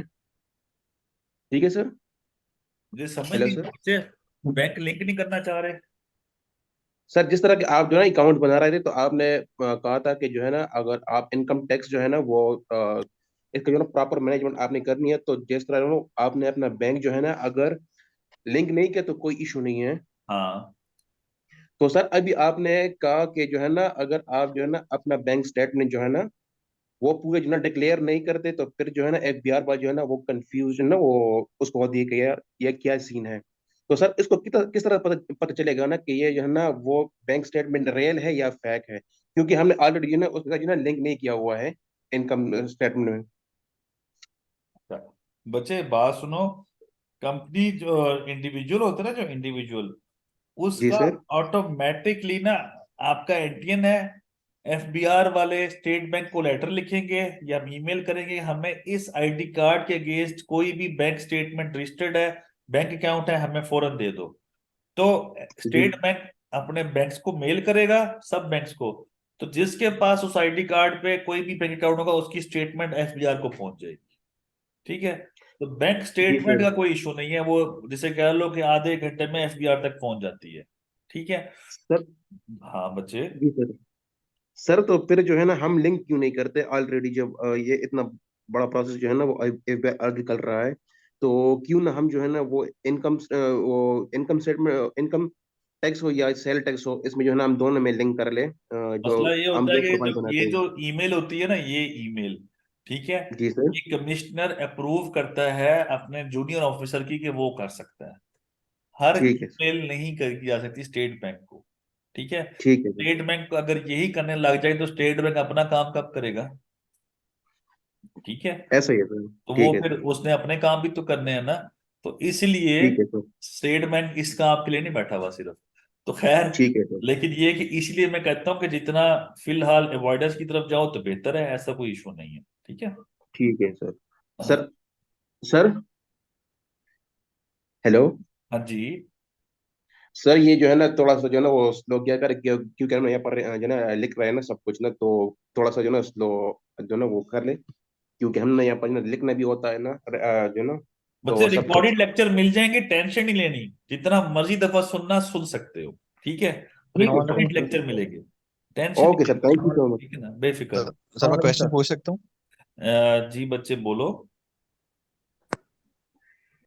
जी, मोहम्मद तैयब बात कर रहा हूँ। सर मेरा क्वेश्चन था कि अगर एक बंदा सैलरीड पर्सन है और उसके अकाउंट में मल्टीपल सोर्सेज से इनकम आ रही है सैलरी के अलावा, तो वो फिर किस कैटेगरी में उस सारी इनकम को शो करेगा? तो बिजनेस इंडिविजुअल है ना फिर, इसका मतलब ये हुआ। तो बिजनेस में क्या डालेगा? अगर प्रॉपर्टी आ रही तो प्रॉपर्टी की टैब में डालेगा, कैपिटल की इनकम आई है कैपिटल गेन्स की तो उधर डालेगा, उसके अलावा कोई इनकम है तो अदर सोर्सेज में डाल देगा। सर इसमें सेकंडली मेरा क्वेश्चन ये है कि अगर उसकी प्रॉपर्टीज पेरेंट की तरफ से गिफ्ट हुई हैं उसे, तो वो उसकी प्रॉपर्टीज वो वेल्थ स्टेटमेंट जो उसकी है उसमें फिर वो सारी शो करेगा जो फर्स्ट टाइम अपनी रिटर्न जो जमा करवाना चाह रहा हाँ तो शो करेगा ना, क्यों नहीं? गिफ्ट कब हुई थी? है? गिफ्ट 5-6 साल पहले हुई थी। तो शो करेगा ना, इसमें कौन सा बड़ा इशू है? तो उसमें सर उसकी जो इनकम आएगी जो स्टेटमेंट में जो सैलरी इनकम है, और वेल्थ स्टेटमेंट फिर जो प्रॉपर्टी के हिसाब से वो बढ़ जाएगी, तो इसमें फिर टैक्स चार्ज होगा उस पे। उस प्रॉपर्टीज पे? जाहिर सी बात है बच्चे, हर इनकम पे टैक्स है। प्रॉपर्टी इनकम आई तो टैक्स है, बिजनेस इनकम आई तो टैक्स है, जो सी मर्जी इनकम आएगी टैक्स है। टैक्स से नहीं बचते। सर मैं क्वेश्चन पूछूं? मुजम्मिल बच्चे बोलो। सर आपने बोला कि बैंक ट्रांजैक्शन जो होती हैं, जो स्टेटमेंट है, उसको अच्छी तरह से गो थ्रू करें, उस पर टैक्स लगेगा। सर लेकिन जो बिजनेस करता है उसकी तो रोजमर्रा की बहुत सारी इनफ्लोज और आउटफ्लोज होती हैं, और सारी उसकी तो नहीं होती इनकम, तो प्रूफ तो नहीं है ना कि उसकी खुद की जो है नेट प्रॉफिट है या उसकी बचत है, तो उस पर टैक्स क्यों लगेगा सर? टैक्स नहीं लगेगा बच्चे उसके ऊपर। मैंने ये नहीं कहा कि उस पर टैक्स लग जाएगा। मैंने ये कहा कि आपकी इनकम, आपके जो पास पैसे आते हैं, एफबीआर ये तसव्वुर करता है कि ये पैसे आपकी इनकम से आ रहे हैं। कोई और इनकम है जो आपने डिक्लेयर नहीं की हुई, तो वो पहले एलेज करेगा, आपको एलिगेशन लगाएगा। आप प्रूव ना कर सको तो आप पे tax income from other sources डालेगा। क्रेडिट एंट्रीज जो होती है ना, क्रेडिट एंट्रीज कभी भी इनकम नहीं मान सकती। सुप्रीम कोर्ट की जजमेंट आ गई, अगर प्रूव ना हो तो वो जिसे कह लो तो वो इनकम बन जाती है। लेकिन मतलब सर आपको क्रेडिट एंट्रीज जो है, बैंक बिजनेस में क्रेडिट एंट्रीज आ रही हैं, उसका सेपरेट ऑडिट होता है। वो ऑडिट होगा, प्रॉपरली क्वेश्चन होगा, बिजनेस का भी इंडिविजुअल का भी। अगर आप क्रेडिट एंट्रीज को जस्टिफाई ना कर सको तो मसला है। अगर जस्टिफाई कर दो तो कोई मसला नहीं। For example inter bank fund transfers होते हैं, तो जब एक बैंक से दूसरे अकाउंट में पैसे ट्रांसफर करते हो तो क्या टैक्स लग जाएगा? नहीं लगना चाहिए। एफबीआर तो यही कहता है ना कि ये तो इनकम हुई है। एफबीआर तो तसव्वुर ही ये करता है कि ये इनकम है। तो एफबीआर को एविडेंस दो कि ये आईबीएफटी लिखा हुआ है, इंटर बैंक फंड ट्रांसफर लिखा हुआ है, मेहरबानी फरमाए, ये इनकम तो नहीं हुई ना मेरी। ये तो 35 लाख या 39 लाख रुपए मैंने इधर से उधर ट्रांसफर कर दिए दूसरे अकाउंट में। कि एक अकाउंट मेरा चल नहीं रहा था, एक अकाउंट में मेरे रिसीविंग अकाउंट था, एक अकाउंट मेरा डिसबर्समेंट अकाउंट था। तो उस वजह से जो रिसीविंग, फिर वो एफबीआर समझ जाता है। नहीं समझता तो फिर आपके पास कोर्ट्स अवेलेबल हैं, आप उधर समझा सकते हो। सर ये एफबीआई डायरेक्टली बैंक से भी टैक्स चार्ज कर लेता है, मतलब पैसे काट लेता है डायरेक्टली, ये भी होता है क्या? हाँ, लेकिन वो ऑर्डर आएगा तो होगा ना, ऐसे तो नहीं निकालेगा ना। पहले कोई इस्टेब्लिश करेगा चीज तो निकालेगा ना, ऐसे तो नहीं निकालता। ठीक है सर, थैंक यू। सर मेरा हमें भी क्वेश्चन है सर। स्टेटमेंट में सर हमें क्या क्या चीजें ज्यादा नोट करनी होती हैं? इसमें बच्चे बैंक स्टेटमेंट अगर हमने गो थ्रू करनी हो तो उसमें क्या क्या हमें ज्यादा देखना मेनली होता है? क्रेडिट मसलन एंट्रीज चेक करो बच्चे, मेनली क्रेडिट एंट्रीज के कितने पैसे क्रेडिट हुए हैं। फिर उस क्लाइंट से पूछो कि पैसे कहाँ से आए हैं भाई, पैसों के हिसाब दे। फिर वो पैसों से आप उसकी इनकम निकालो, सेपरेट करो, और बकिया पैसे सेपरेट करो। फिर अकॉर्डिंगली एडजस्ट करोगे वेल्थ स्टेटमेंट। ठीक है। ओके। सर जोहेब, मेरा भी दूसरे क्वेश्चन है क्वेश्चन। सर। एक मिनट बच्चे, आराम तसल्ली से, मैं सबके सुनूंगा, घबराना नहीं है, ठीक है। जोहेब बच्चे बोलो। सर मैंने ये पूछना था फॉरेन इनकम के बारे में, जो है एक बंदा फॉरेन वहीं पे काम कर रहा है तो वो कैसे रिकॉर्ड करेंगे, या फॉरेन रेमिटेंस आ रही है तो वो कैसे रिकॉर्ड करेंगे? अच्छा मैं बताता हूँ बच्चे, सबर। और शर्जील फयाज बच्चे बोलो।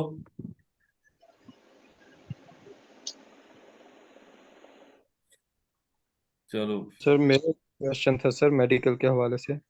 बोलो बच्चे, मेडिकल के हवाले से। सर अगर एक कंपनी है वो आपको मेडिकल दे रही है, लेकिन साथ वो अगर आपको कहती है कि अगर आप कहीं दूसरे हॉस्पिटल्स में भी एक्सपेंस होता है तो वो कंपनी पे ऑफ आपको कर देगी, तो आया उसकी कैसे हम एडजस्टमेंट यहाँ करेंगे? एडजस्टमेंट, आप जब मेडिकल आपको मिल गया तो ये 240 लोग ही नहीं, चाहे 10 रुपए मिले हैं चाहे इससे ज्यादा मिल गया, ठीक है, ये एडजस्टमेंट हो ठीक गई। हो गया। ठीक है।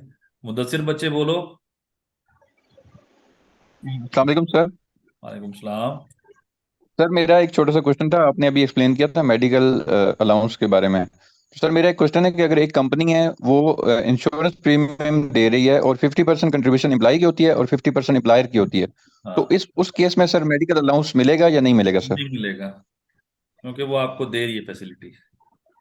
तो सर 50% कंट्रीब्यूशन जो एम्प्लॉय की होगी उस पे ट्रीटमेंट कैसे होगी सर फिर? फिर वो इंश्योरेंस प्रीमियम जो आप पे करते हो उस पे आपको एक रिबेट मिला करता है। अच्छा सर, तो उस पे रिबेट मिल जाएगा और वो जो मेडिकल अलाउंस ले रहे हैं वो एप्लीकेबल नहीं होगा? हाँ जी बच्चे। Sir thank you. Zeeshan Rao बोलो जल्दी से। जी सर। जी सर, अगर कोई शख्स जैसे डॉक्टर है वो डबल जॉब करता है और जिस इदारे में जॉब करते हैं उनके बैंक अकाउंट डिफरेंट है, तो वो डबल जॉब की वजह से दो जगह से इनकम रिसीव करता है। हाँ, तो सर वो फाइलर होने के लिए वो एक अकाउंट डिक्लेयर करेगा जहां से वो इनकम आ रही है, या दोनों अकाउंट को डिक्लेयर करेगा? दोनों अकाउंट्स को डिक्लेयर करेंगे ना बच्चे। सर वो जरूरी है कि दोनों को ही डिक्लेयर करे? हाँ, जस्ट फाइलर होने के लिए वो एक अकाउंट को डिक्लेयर करे, एक को ना करे, नहीं तो बच्चे, इसमें दोनों को डिक्लेयर करेगा। आप अपने एसेट्स छुपाओ तो नहीं ना एफबीआर से। ये बैंक जो है आपका एसेट है, ठीक है। सर अगर छुपाते हैं, हम जस्ट फाइलर होना चाहते हैं एक अकाउंट दिखा के, तो उसके क्या नुकसान होता है? हम्म। हाँ नहीं बच्चे, गलत है ना। वो टैक्स इवेजन बनेगी एक तरह से, ठीक है। जी इफ्तिखार। पॉलिटिशियन है। हाँ जी। अच्छा सर, जी पॉलिटिकल मेरा एक्सटेंशन से रिलेटेड क्वेश्चन है। हाँ एक्सटेंशन से रिलेटेड क्वेश्चन है, अगर आज एक्सटेंशन नहीं आती तो क्या हम आज ही एक्सटेंशन की एप्लीकेशन अप्लाई कर दें या जी फिर कल बच्चे, ही कर? जी बच्चे 11 बजे तक फाइल कर देना एक्सटेंशन एप्लीकेशन, ठीक है। सर वो कैसे फाइल होती है? तो मैं बता देता फॉर हूँ। एग्जांपल अगर आज कंसल्टेंट अवेलेबल नहीं है, अगर हम कल फाइल करते हैं तो इसके क्या कॉन्सिक्वेंसेज होंगे? आपको एक्टिव टैक्स पे लिस्ट में नहीं आओगे। आपको जनवरी के बाद, फरवरी के बाद आपको 1,000 रुपए का चालान जमा कराना पड़ेगा एक्टिव होने के लिए। नहीं तो वैसे तो रिटर्न अगले 10 डेज में तो फाइल हो जाएगी, तो फिर तो मसला रिजॉल्व हो गया ना। नहीं बच्चे, ड्यू डेट के अंदर करोगे तो रिजॉल्व होगा, ड्यू डेट के बाद करोगे तो फिर आपको सरचार्ज पे करना पड़ेगा। और अगर टैक्स पेबल नहीं है तो भी सरचार्ज पे बच्चे, मैंने टैक्स की तो बात ही नहीं कर रहा ना, मैं सरचार्ज तो की वन बात। थाउजेंड रुपीज है। हाँ जी बच्चे। 1000 रुपीज की जो बात कर रहे हैं। इंडिविजुअल जी बच्चे, इंडिविजुअल का 1,000 रुपए, ओके। ठीक है। मतलब ये कि अगर अगले 10 दिन में भी हम रिटर्न फाइल कर देते हैं और जनवरी में जाके 1000 जमा करा देते हैं तो मैटर रिजॉल्व हो जाएगा। हाँ बच्चे, जनवरी में रिटर्न फाइल कर दोगे तब भी रिजॉल्व हो जाएगा, और 1,000 रुपए तब भी जमा करा देना, ठीक है। ओके, फिर हम वो एक्टिव टैक्स पे लिस्ट से बाहर नहीं निकलेंगे इस तरह। अगर आप पहले से फाइलर आते जा रहे हो तो फिर नहीं, ठीक है। ठीक है, ठीक है। अच्छा, गैलेक्सी 3131 गैलेक्सी बच्चे।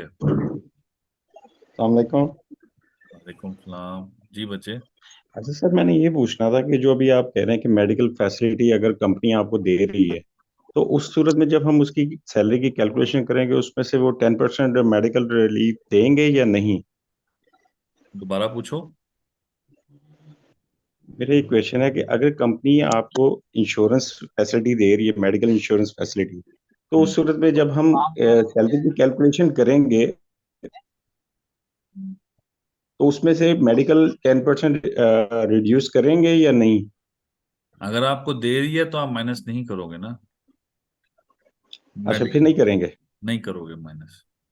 ठीक जिस है, तरह थैंक मैंने यू। ये माइनस किया ना, 390 में से 240 माइनस कर दिया तो 366 पे टैक्स लग रहा है, तो यहाँ पर जी, 0 हो जाएगा, ठीक है। ठीक है, चलो, थैंक यू। कोई मसला नहीं। अगर एक इंडिविजुअल है, जी बच्चे, एक एक करके बोलो बच्चे।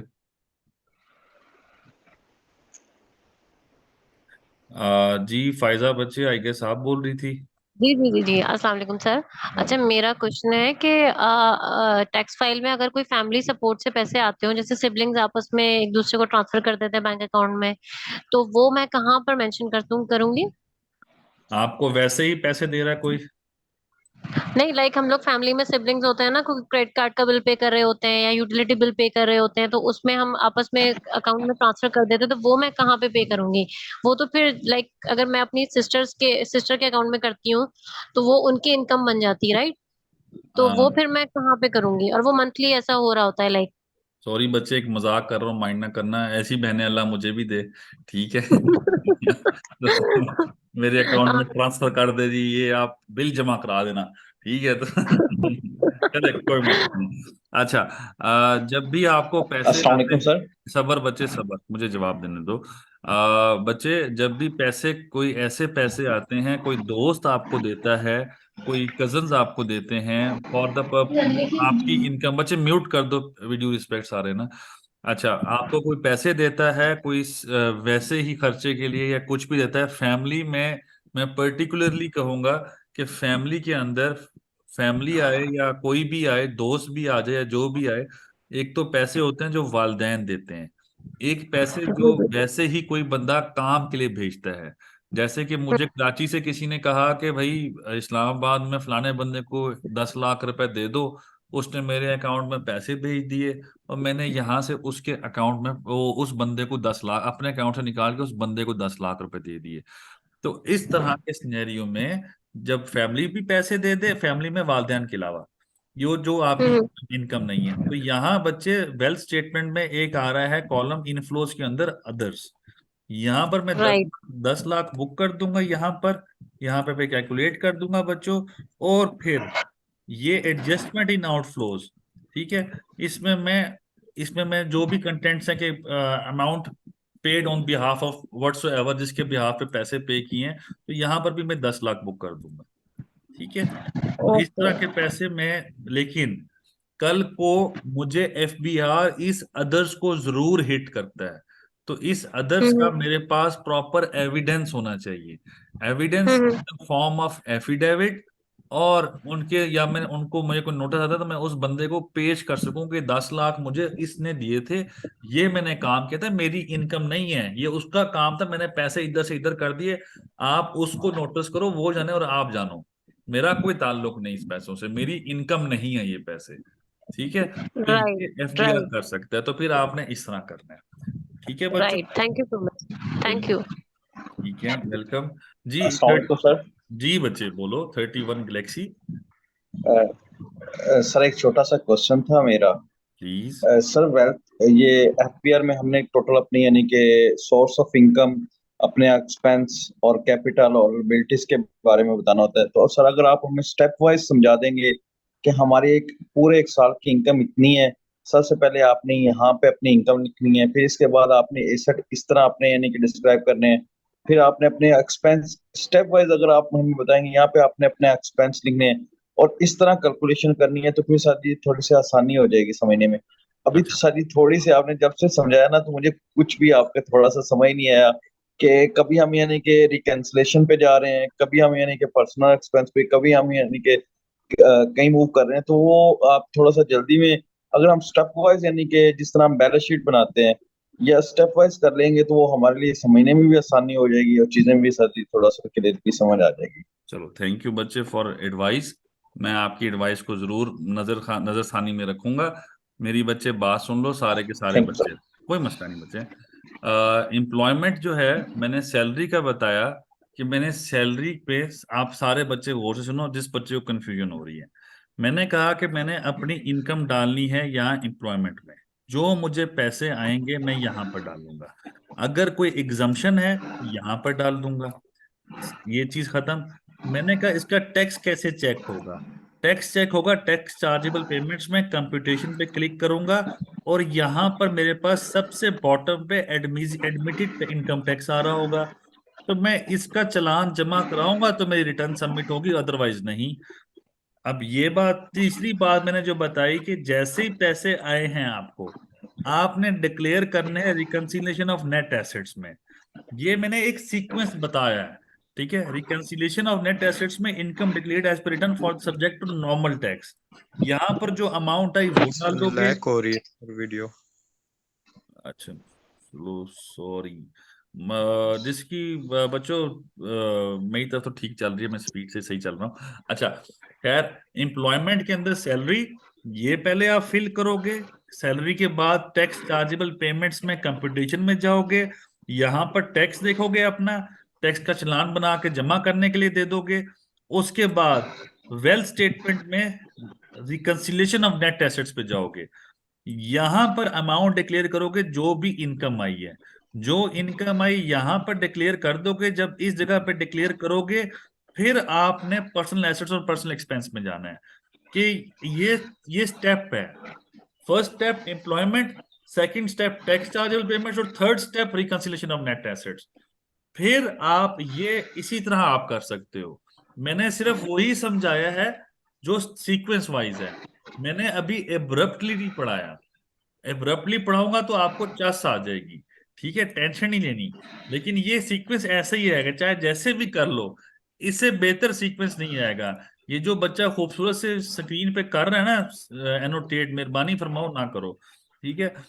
तो इस तरीके से बच्चे आप लोग अपनी रिटर्न फाइल कर सकते हो, इससे बेहतर तरीका और कोई नहीं है। ठीक है, एम्प्लॉयमेंट फिर टैक्स चार्जेबल पेमेंट फिर रिकंसिलिएशन ऑफ नेट एसेट, यही तरीका है और इसमें कोई एब्रप्टनेस नहीं है। यही तरीके से चलोगे तो रिटर्न तरीके से फाइल करोगे। अगर कोई बंदा कहे कि एम्प्लॉयमेंट डिक्लेयर करने से पहले पर्सनल एक्सपेंसेस लिख लो या पर्सनल एसेट्स लिख लो, वो गलत हो जाएगा। पहले अपने पैसे मैच्योर करो, पहले अपनी जो इन बैलेंस शीट है वो मैच्योर करो, वो मैच्योर करने के बाद ही फिर आगे मूव होना है हमने।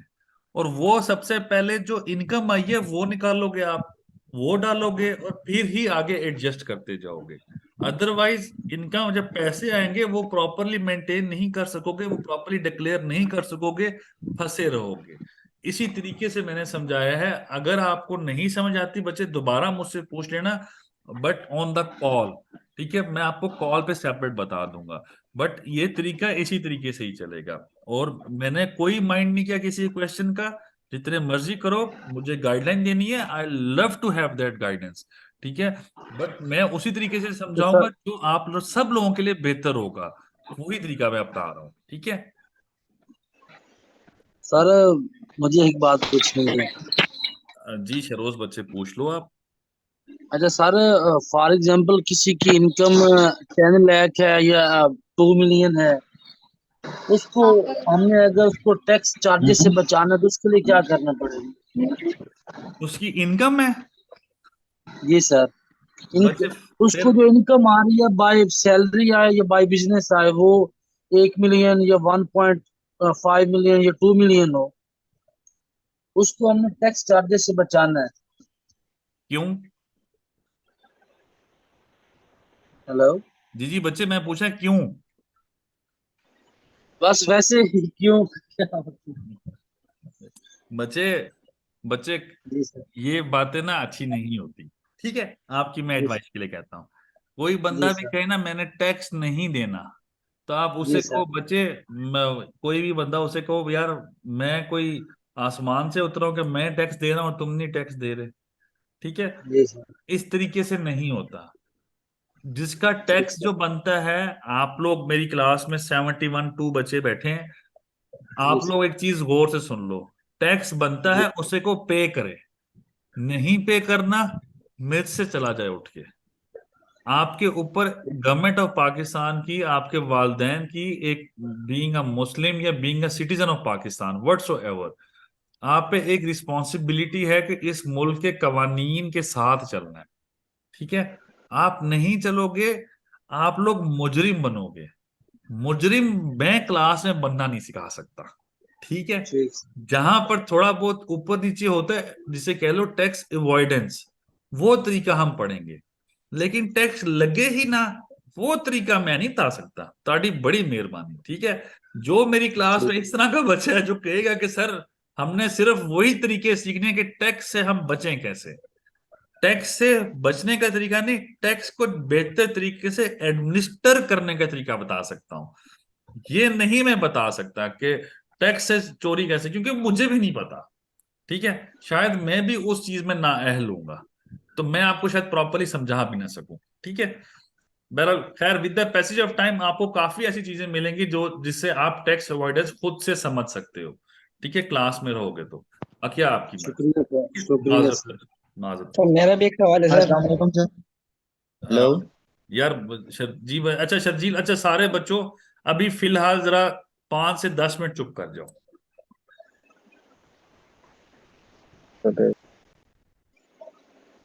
मैंने अपना म्यूट कर दिया, आप लोगों का म्यूट करना था। सारे बच्चों चुप कर जाओ। ठीक है, अभी पहले मुझे कुछ पॉइंट्स जिस बच्चों के रह गए हैं वो बताने दो। आप लोगों की कोई इनकम आती है जो कि पेंशन या एन्युटी से आ रही है या पेंशन से आ रही है, तो pension, first pension is exempt from tax, उस पर टैक्स नहीं लगना। तो अदर सोर्सेज में जाओ, यहां पर एन्युटी और पेंशन लिखा हुआ है, यहां पर मैं डिक्लेयर कर रहा हूं 1 मिलियन, जितनी भी अमाउंट आई है।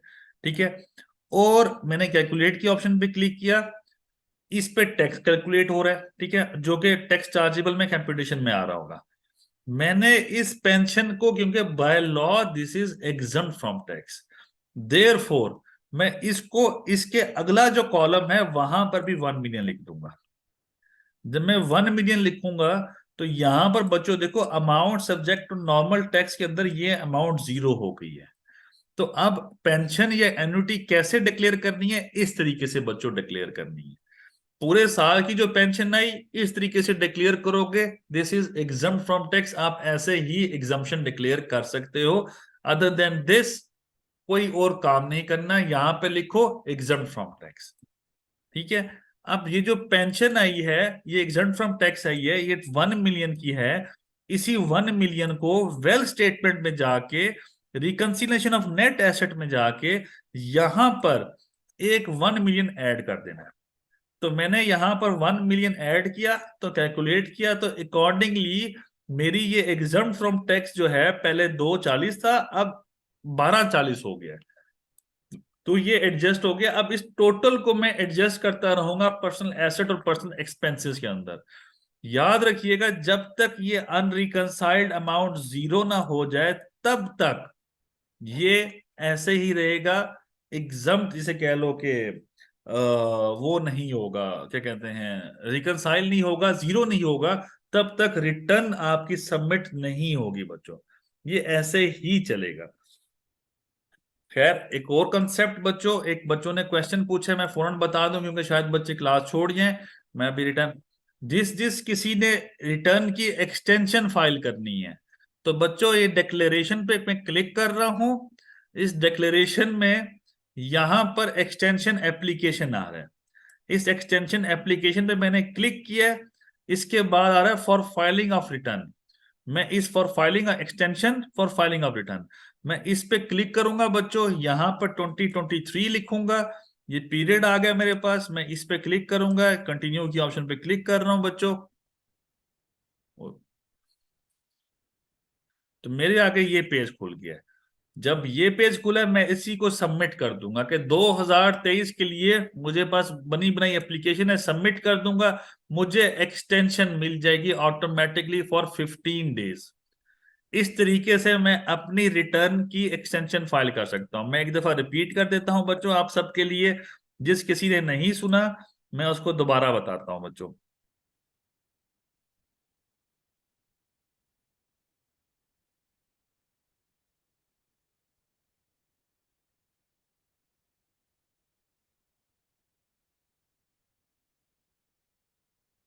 एक मिनट बच्चों। अच्छा, मैं यहाँ पे डिक्लेरेशन में मैंने एक्सटेंशन फाइल करनी है। मैं डिक्लेरेशन पे क्लिक किया बच्चों, यहां पर नीचे आ रहा है एक्सटेंशन एप्लीकेशंस। मैं इस पे क्लिक करूंगा, यहां पर आ रहा है फॉर फाइलिंग ऑफ रिटर्न। मैंने इस पे आगे क्लिक किया, यहां पर पीरियड सेलेक्ट करूंगा 2023, इसको सिलेक्ट किया है, कंटिन्यू की ऑप्शन पे क्लिक कर रहा हूं बच्चों। जैसे कंटिन्यू की ऑप्शन पे मैंने क्लिक किया है, मेरे आगे एक नई विंडो खुलने लगी है, जो खुल रही है क्योंकि स्लो हो गया है एफबीआर का सिस्टम। तो खैर ये स्लो ही होगा अभी थोड़ी देर के लिए। तो ये यहाँ पे एप्लीकेशन बन गई है, मैं यहाँ सबमिट के ऑप्शन पे क्लिक करूंगा, ऑटोमेटिकली ये सबमिट हो जाएगी और मुझे एक्सटेंशन मिल जाएगी रिटर्न की।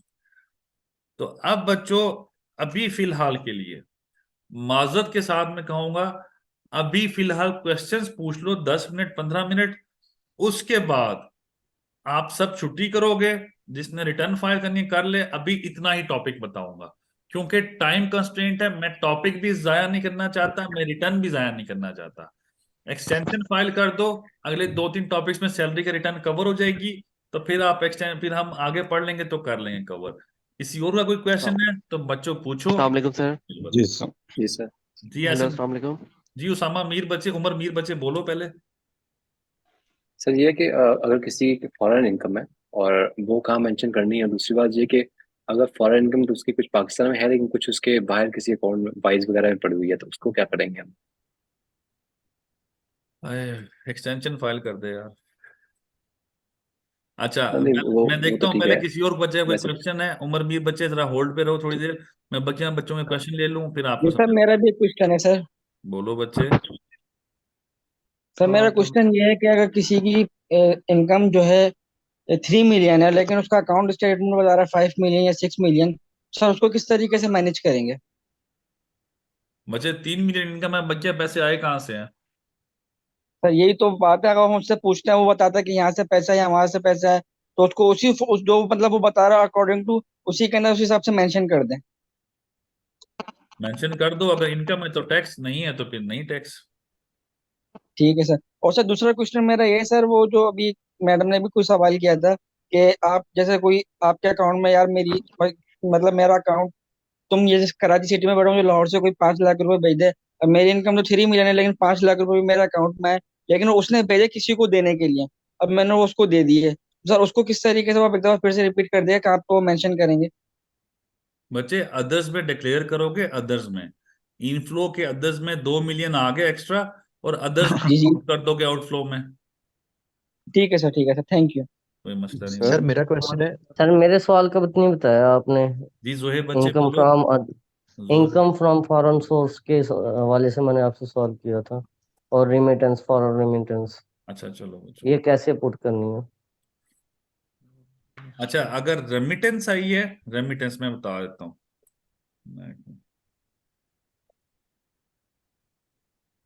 याद रखो बच्चों, जो रेमिटेंस होती है वो नॉट लायबल टू टैक्स होती है, उस पर टैक्स नहीं होता।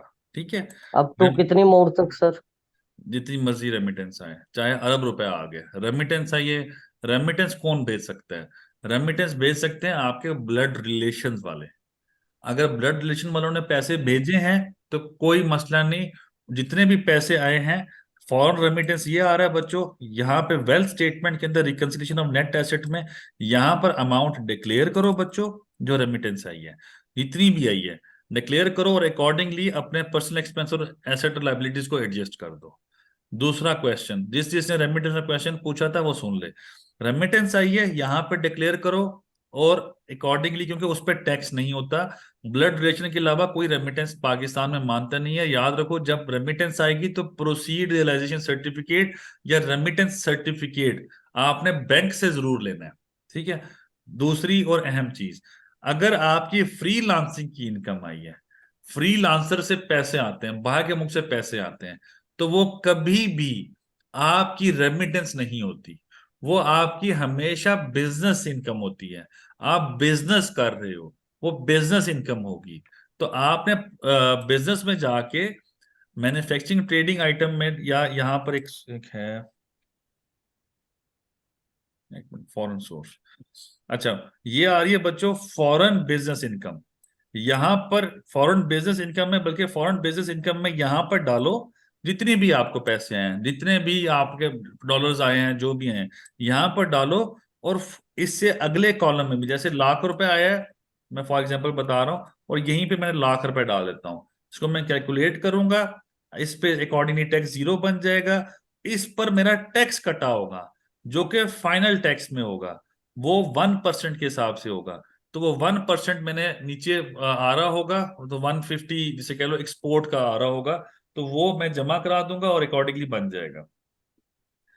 अब वो जैसे कि ये डाला है बच्चे, यहाँ पर मैं आपको दिखा देता हूँ, फिक्स्ड एंड फाइनल में आ रहा होगा, एक मिनट रुको जरा बच्चों। ये आ रहा है export of services under section 154(1)(a)। तो यहाँ पर मैं अमाउंट डाल दूंगा, जैसे कि लाख रुपए था। ठीक है, कैलकुलेट करूंगा, 1000 रुपये टैक्स बन जाएगा इसके ऊपर। ठीक है, अगर कोई टैक्स कट चुका है तो ठीक है, नहीं कटा तो 1000 रुपये मेरा टैक्स लाइबिलिटी बन जाएगी।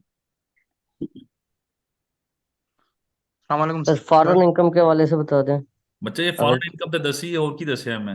ये तो रिमिटेंस है ना सर, एक बंदा नहीं वहीं पे ही है बच्चे, काम कर। बच्चे हाजी साहब, ठीक है सुनो, रेमिटेंस जाएगी रिकंसिलिएशन ऑफ नेट एसेट में। यहाँ पर मैंने रेमिटेंस डाली है, ये किधर की रेमिटेंस, ये जैसे कि 5 लाख आई है, ठीक है, रेमिटेंस यहाँ पर आएगी। रेमिटेंस उसका इनकम से कोई लेना देना नहीं है, वो एग्जाम्प्ट फ्रॉम टैक्स होती है।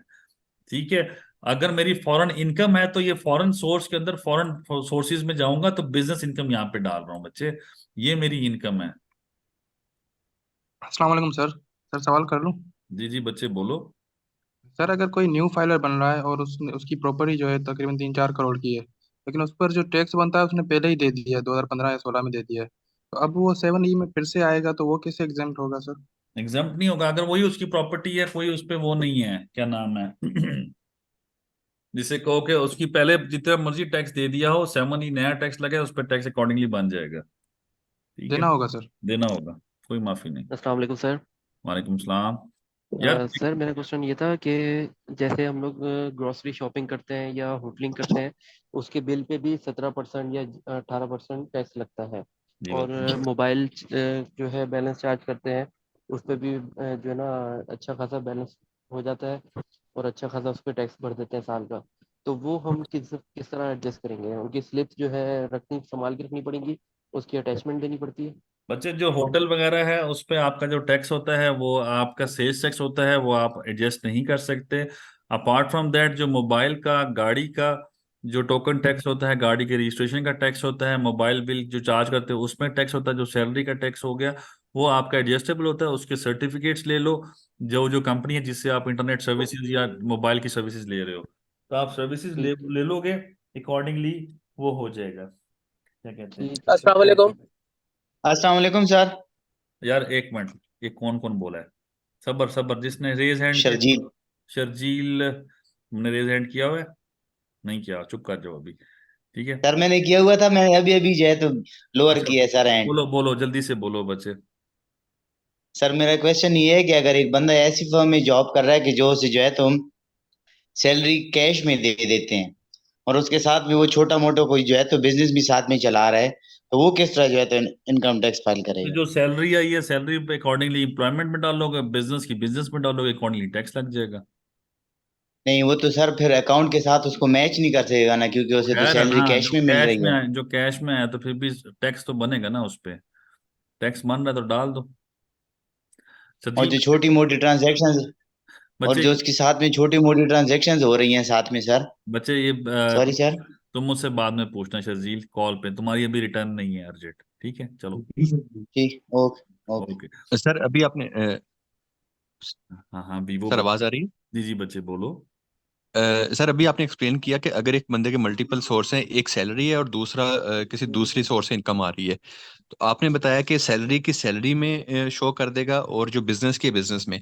इसमें सर फर्दर थोड़ा एक्सप्लेन कीजिएगा कि इसी रिटर्न में ही फर्दर बिजनेस में वो अपना अप्लाई करेगा, जी जैसे किसी बच्चे की इसी गाड़ी रिटर्न में खरीदी है करेगा, किसी ने। इसी रिटर्न में करेगा, उसका कोई और एंटियर नहीं होता, एक बंदे का एक ही एंटियर होता है। अच्छा सर, उसमें काइंडली बताइएगा, अगर बंदे की एक ट्रांसपोर्ट व्हीकल है, वो उसको रेंट पे चला रहा है, तो उसके जो एक्सपेंसेस हैं फ्यूल के, ये सारी चीजें, तो वो उसमें फिर डिडक्ट हो जाएंगी टैक्सेबल इनकम से। हाँ क्यों नहीं होंगे। क्योंकि सर ये बंदा है, ये तो इसका जो मेन एफबीआर में जो है रजिस्ट्रेशन, वो तो सैलरीड पर्सन है। कोई मसला नहीं है बच्चे, वो कर सकते हैं ना, उसके directly okay sir, okay. Attributable expenses हैं। अच्छा चलो, अब बच्चों एक मिनट, मुझे बारी बारी सबसे पूछना, तो काशिफ क्वेश्चन हो गया, हैंड डाउन कर दो। मेरा सर एक क्वेश्चन है तसीम, सर। तसीम बच्चे बोलो। सर मेरा नहीं एक सर, मेरा क्वेश्चन नहीं हुआ, मैं काफी देर से वेट कर रहा हूँ कि अच्छा मैंने चलो, सिर्फ रेज हैंड किया हुआ था। अच्छा सर चलो। अब मुझे थोड़ा सा इसमें ना, अब वो सैलरीड पर्सन का तब से बात हो रही थी, तो सर अब मैं इसमें सोल प्रोप्राइटरशिप में आप भी थोड़ा सा बता देंगे इसकी फाइल किस तरह होती है, रिटर्न और ये वो, इसके मतलब भी थोड़ा सा बता दें। सारी बात है कि सैलरी वालों ने भी अगर वो करनी है तो सोल प्रोप्राइटरशिप बच्चों वालों ने भी जो करनी है, तो वो। एम्प्लॉयमेंट, सुनो बच्चे बात सुन लो, जल्दी जल्दी जवाब सुन लो। जी सैलरी जी में सर। सैलरी का हिस्सा आ जाएगा, और बिजनेस में जो सोल प्रोप्राइटर का बिजनेस का हिस्सा है वो इधर आ जाएगा, अकॉर्डिंगली टैक्स लग जाएगा। टैक्स कैसे कैलकुलेट होगा वो हम इंशाल्लाह कल या आगे कैलकुलेट, आगे सेशन में कर लेंगे, ठीक है, नॉट नाउ। अच्छा। अच्छा तसीन बच्चे बोलो। अस्सलाम वालेकुम। सर मेरा वासलाम। भी एक क्वेश्चन था मैं आदरी। सबके क्वेश्चन सुनूंगा, वो सब्र करो, मेरे खुद रिटर्न पेंडिंग है, सब्र कर लो, आराम से चलो। हाँ तसीन बच्चे सर बोलो। जी, सर एक तो काइंडली ये बताइएगा कि जो आप सर्टिफिकेट का बता रहे हैं बैंक से कि वो रेमिटेंस का सर्टिफिकेट होता है, वो क्या नाम बताया था उसका? प्रोसीड रियलाइजेशन सर्टिफिकेट या रेमिटेंस सर्टिफिकेट। अच्छा जी, ठीक है। और सर ये पेंशन और एन्युटी में क्या डिफरेंस होता है? मतलब एन्युटी तो होता है ना कि वो फिक्स्ड अमाउंट पे आपको मिल रहा होता है, बेनिफिट मिल रहा होता है, हाँ वो तो वो एक भी से टैक्स दो तीन एलिजिबल? सैलरियां आपको मिल जाती हैं एक्स्ट्रा। ठीक है, तो पेंशन होती है जो साल जब आप रिटायर हो जाते हैं तो उसके बाद मंथली आपको गवर्नमेंट पे करती रहती है, तो वो पेंशन होती है। Thank you sir. जी मुदस्सिर बच्चे बोलो। अस्सलाम वालेकुम। मैंने अपने क्या कहते हैं, वेल्थ जो स्टेटमेंट है, जी उस बच्चे। वेल्थ स्टेटमेंट के अंदर जो है आपने डालना था, क्योंकि अब अभी तक कोई वेल्थ स्टेटमेंट जो है वो फाइल नहीं की थी मैंने ना। तो मुझे अब उसके याद है अंदर कोई बच्चे, मुझे याद है, ठीक वो है। वो तमाम सारी चीजें करनी, तो आज मैंने कहा कि आज मैं एप्लीकेशन डाल देता हूँ 15 डेज के लिए, and then you have everything. तो आप मुझे थोड़ा सा सजेस्ट कर दीजिएगा जी बच्चे, आफ्टर 11 o'clock और just after class. After class नहीं बच्चे, अभी एक्सटेंशन फाइल कर दो, इंशाल्लाह नेक्स्ट सेशन में या आगे पीछे हम कर लेंगे राब्ता, ठीक है। ओके, डन हो गया, डन हो गया, डन। कोई थैंक मसला नहीं। जिशान राव बच्चे बोलो, हैंड्स सर डाउन करते अब जाओ। मेरा हाँ सर मेरे दो सवाल हैं। पहले तो ये सर, एक्सटेंशन की फिर तो जरूरत नहीं पड़ेगी फाइल करने की अगर एफपीआर एक्सटेंड खुद से कर देता है? जी बच्चे, तब एक्सटेंशन की जरूरत नहीं पड़ेगी। अच्छा सर, दूसरा सवाल ये, इनकम फ्रॉम रेंट जो होती है वो बिजनेस में फॉल करेगी या सैलरी पर्सन में? दोबारा बोलो बच्चे। Sir income from rental property, हमने कोई रेंट पे प्रॉपर्टी दी हुई हो, उसमें से जो इनकम आ रही हो उस पे टैक्स है? अगर है तो सर वो कौन सी कैटेगरी में फॉल करेगा, इनकम फ्रॉम बिजनेस में रेंटल या? प्रॉपर्टी, तो प्रॉपर्टी में यस, जाएगी बच्चे। प्रॉपर्टी। ओके। लेकिन अगर आपकी सारी प्रॉपर्टीज रेंट पे लगी हुई और आपका कारोबार वही है, तो बिजनेस इनकम है आपकी। अच्छा अच्छा। सर दूसरी बात ये कि जो चालान आपने कहा पे करेंगे, वो ऑनलाइन पे करना पड़ेगा यहीं से, कोई ऑप्शन है ऐप में मोबाइल या से बैंक बच्चे, से करना? मोबाइल से पे कर सकते हो आप। Okay sir. सर अब मेरा भी मेरा क्वेश्चन है सर। बिजनेस है सर, मैं काफी टाइम से करना चाह रहा था। चलो कर लो यार, कर लो, रेज हैंड तो करना नहीं है दरीश बच्चे, ठीक है। और थैंक यू सर। अच्छा सर ये क्वेश्चन था कि मेरा बिजनेस था, काफी टाइम से फैमिली बिजनेस ही है, फिर मेरी जॉब हुई है 2019 से, लेकिन अभी तक वो जॉब वाला मैंने डिक्लेयर नहीं किया। इस रिटर्न्स में मैं उसे कर सकता हूँ? यार मैं न्यूज बच्चे, मैं जरा न्यूज भी चला लूं, तो पता नहीं वहां पर आ जाए। एक मिनट सब्र करो बच्चे, सब्र सब्र सब्र सब्र। न्यूज, पीपल्स पार्टी का जिक्र ना हो।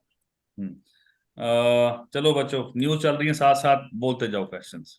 जी सर, मैं ये कह रहा था कि मेरा बिजनेस तो फैमिली था, वो मैं कंटिन्यू कर रहा हूँ, लेकिन मैं साथ 2019 से जॉब हो गई है, अब वो मैंने डिक्लेयर नहीं किया अपने रिटर्न्स में अभी तक, तो क्या मैं इस रिटर्न्स में उसे कर सकता हूँ बिल्कुल बिजनेस के साथ? कर सकते हो बच्चे। तो पूरे पूरे वो 19 से ही करूंगा, यानी बस पर ईयर की जितनी है उतना ही मैं शो 19 से करोगे, 19 से ऑनवर्ड करोगे, वो करने नहीं देगा, रिटर्न सिस्टम करने नहीं देगा, अगर करने देता तो कर लो, करने नहीं देगा बच्चे, ठीक है। अच्छा, यानी अभी तक जितना भी, और उसके अंदर सर अगर मैं जैसे एक्सपेंस कर रहा हूँ अपने रेंट वगैरह, इलेक्ट्रिशियन, तो वो कैसे, इलेक्ट्रिक के, तो वो कैसे इसमें मेंशन करूंगा? वो उसी साथ ऐड करके बिजनेस के, क्योंकि उसके तो अलग हो रहे हैं और साथ जो मेरे अपने हैं वो अलग से हैं, मैं डिफरेंशिएट नहीं कर पा रहा था दोबारा बोलो बच्चे। कि बिजनेस के मेरे तो जो एक्सपेंसेस हो रहे हैं वो तो मैं कर रहा हूँ, लेकिन अपने पर्सनल एक्सपेंसेस हैं वो मैं सैलरी से कर रहा हूँ, तो उन दोनों को कंबाइन करके मैं कैसे शो कर सकता हूँ सर?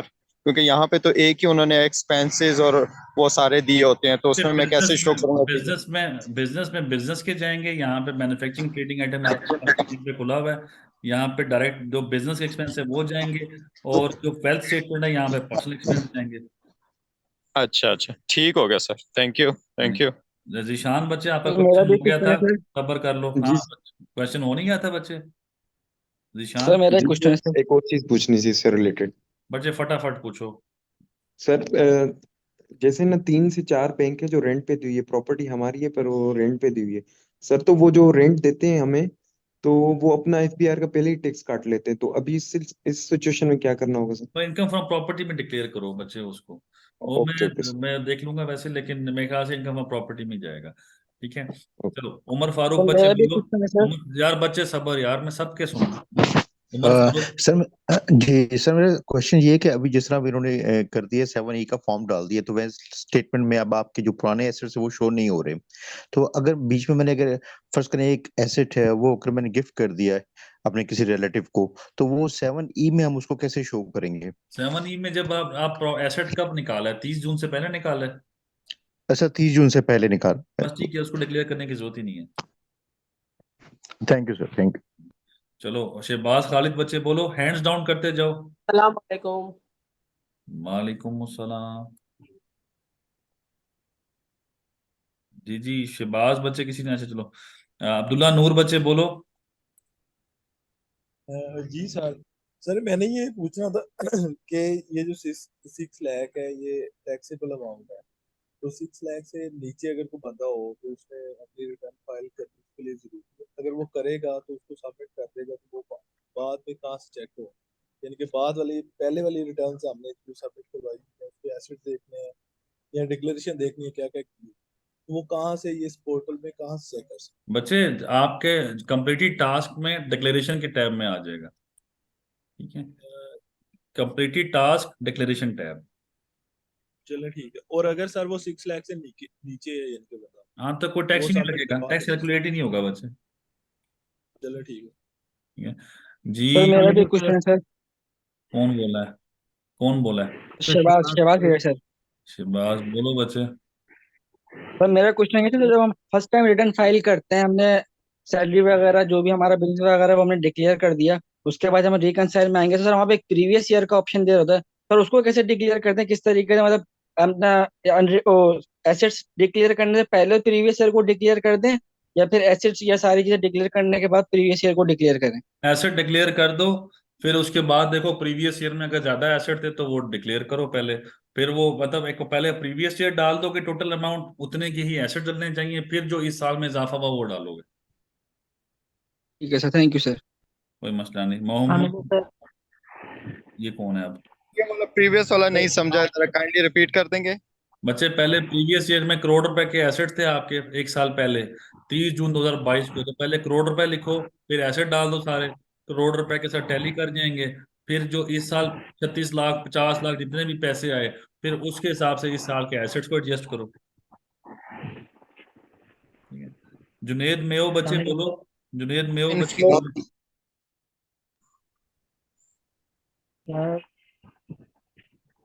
जी शहबाज बच्चे बोलो क्या हुआ है?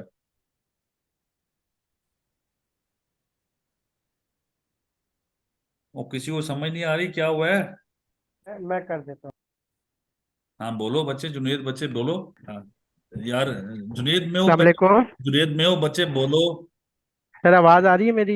जी बच्चे हेलो। आपकी आ रही है, आपको मेरी आ रही है तो मुझे भी आपकी आ रही है। जी जी सर। सर मेरा क्वेश्चन था कि एक रिटर्न 2014 में बंदा रजिस्टर्ड हो गया लेकिन रिटर्न फाइल नहीं किया, उसके नोटिस आए हुए, तो वो डायरेक्टली 2023 का रिटर्न फाइल कर दे तो कोई इशू तो नहीं है उसमें? इशू नहीं है बच्चे, कर दो फाइल। और वो जो नोटिस आए हुए उनका इग्नोर कर दे उनको? वो कुछ नहीं करो, छोड़ दो फिलहाल, अभी अभी के लिए छोड़ दो। चल ठीक है, थैंक यू सर। कोई मसला नहीं। शहबाज बच्चे बोलो। अस्सलाम सर। सर वालेकुम। क्वेश्चन है कि एक सर एक क्लाइंट है, उसने गाड़ी परचेज की है, उसके पास पहले भी गाड़ी थी एक्सएलआई, अब उसने जेएलआई के अंदर हुआ है। अब जो अमाउंट का डिफरेंस था उस कॉस्ट का, गाड़ी की कॉस्ट का, वो उसने कमेटी डाल के उसने पूरा किया। अब उसकी कमेटी तो सर चल रही है लॉन्ग टर्म, और वो हमारे जो टैक्स ईयर है उसमें भी कुछ फॉल करती है और कुछ फॉल नहीं करती, यानी कि 3-4 कमेटियां जो कि जून तक आती है, उसके बाद 8-10 कमेटियां वो जून 2023 अच्छा के बाद बच्चे बात जवाब सुन लो बच्चे। कमेटी डाली हुई है, जितनी कमेटियां मिल गई हैं आपको उसको लाइबिलिटी, जो उसको पैसे डिक्लेयर कर दोगे, और जो पैसे रहते हैं उसको लाइबिलिटी बुक कर दोगे, जो आपने देने हैं तो वो बुक कर लो एज ए लाइबिलिटी। ठीक है, अकॉर्डिंगली वो एडजस्ट हो जाएगा।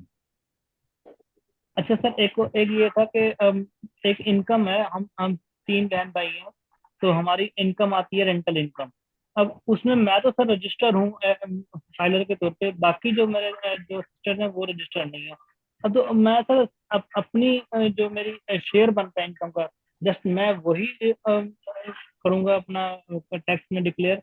लेकिन सर जो मेरी हमारी जो बैंक के अंदर ट्रांजेक्शन होती है वो तो तीनों की होती है, तो वो फिर सर कोलैप्स नहीं पड़ जाएगा हमारी बैंक स्टेटमेंट में और हमारी इनकम के अंदर? जी बच्चे, रेंट का एग्रीमेंट होगा और आपकी प्रॉपर्टी की इंफॉर्मेशन होगी ना, तो आप अपने ही सिर्फ डिक्लेयर करो, बच्चे की डिक्लेयर ना करो। ठीक है, अकॉर्डिंगली आप अपनी डिक्लेयर थैंक करो, यू। उसका आपके पास हिसाब होगा। जी उमर बच्चे बोलो। सर ये 7E से मुतालिक क्वेश्चन है कि अगर आपके पास एक एसेट है और उसमें 2 ओनर्स हैं, तो अब वहां पे क्योंकि अब डीसी रेट्स आ रहा है तो उसमें हमारे पास ऑप्शन है कि हम 50% शो करें, मैं अपना वैसे अपना उसमें ऑप्शन नहीं है बच्चे, लेकिन 7E जो है ना बच्चे, उसके बगैर भी रिटर्न सबमिट हो रही है। उस एसेट जो है ना, कैपिटल एसेट, उसकी ना भी डालो तो एसेट रिटर्न सबमिट कर दो सर उसके। मेरा भी क्वेश्चन है सर। Okay thank you. ठीक है ना जी सर बच्चे। 7E से मुताबिक मेरा भी क्वेश्चन है सर। जी बच्चे बोलो। सर मेरा क्वेश्चन ये सर, एक बंदे ने जो है 4 करोड़ रुपए का डिफेंस में 2 साल पहले 3 साल पहले बंगला लिया। अब सर वो, अब 2023 के अंदर वो रिटायर हो गया, उसकी पेंशन बनी सपोज 50,000 रुपए। अब वो 4 करोड़ का जब हम बंगला डिक्लेयर कर रहे हैं, उसके ऊपर वो एक, सपोज इनकम टैक्स की जो है वो टैक्स की जो है 70,000 रुपए दिया, तो सर उसके तनख्वाह पेंशन 50,000 रुपए, 70,000 रुपए टैक्स वो कहाँ से देगा? वो कहाँ से देगा? उसे 4 करोड़ का बंगला क्यों रखा हुआ है? उसको बेचे और 10 करोड़ 1 लाख वाले बंगले में जाए। ये पाकिस्तान का कानून बन गया यार, क्या करें, फजूल कानून है। ठीक है। जी सर, उस पर ज्यादातर क्लाइंट्स इसी तरीके की शिकायत कर रहे हैं, मैं हम कहाँ से पे करें, हमारी तो पेंशन ही 50,000 रुपए, हम 70,000 रुपए हम वहाँ टैक्स पे कर देंगे, खाएंगे क्या? अभी वेट कर लो। 7E का फॉर्म के बगैर सबमिट हो रहा है वैसे ना। Thank you sir, thank you. Sir sir kindly एक और क्वेश्चन था लास्ट। जी बच्चे। सर जो प्लॉट की वैल्यू थी, वो एक प्लॉट हमने लिया हुआ था, डिक्लेयर किया हुआ था, वो 1 लाख का था।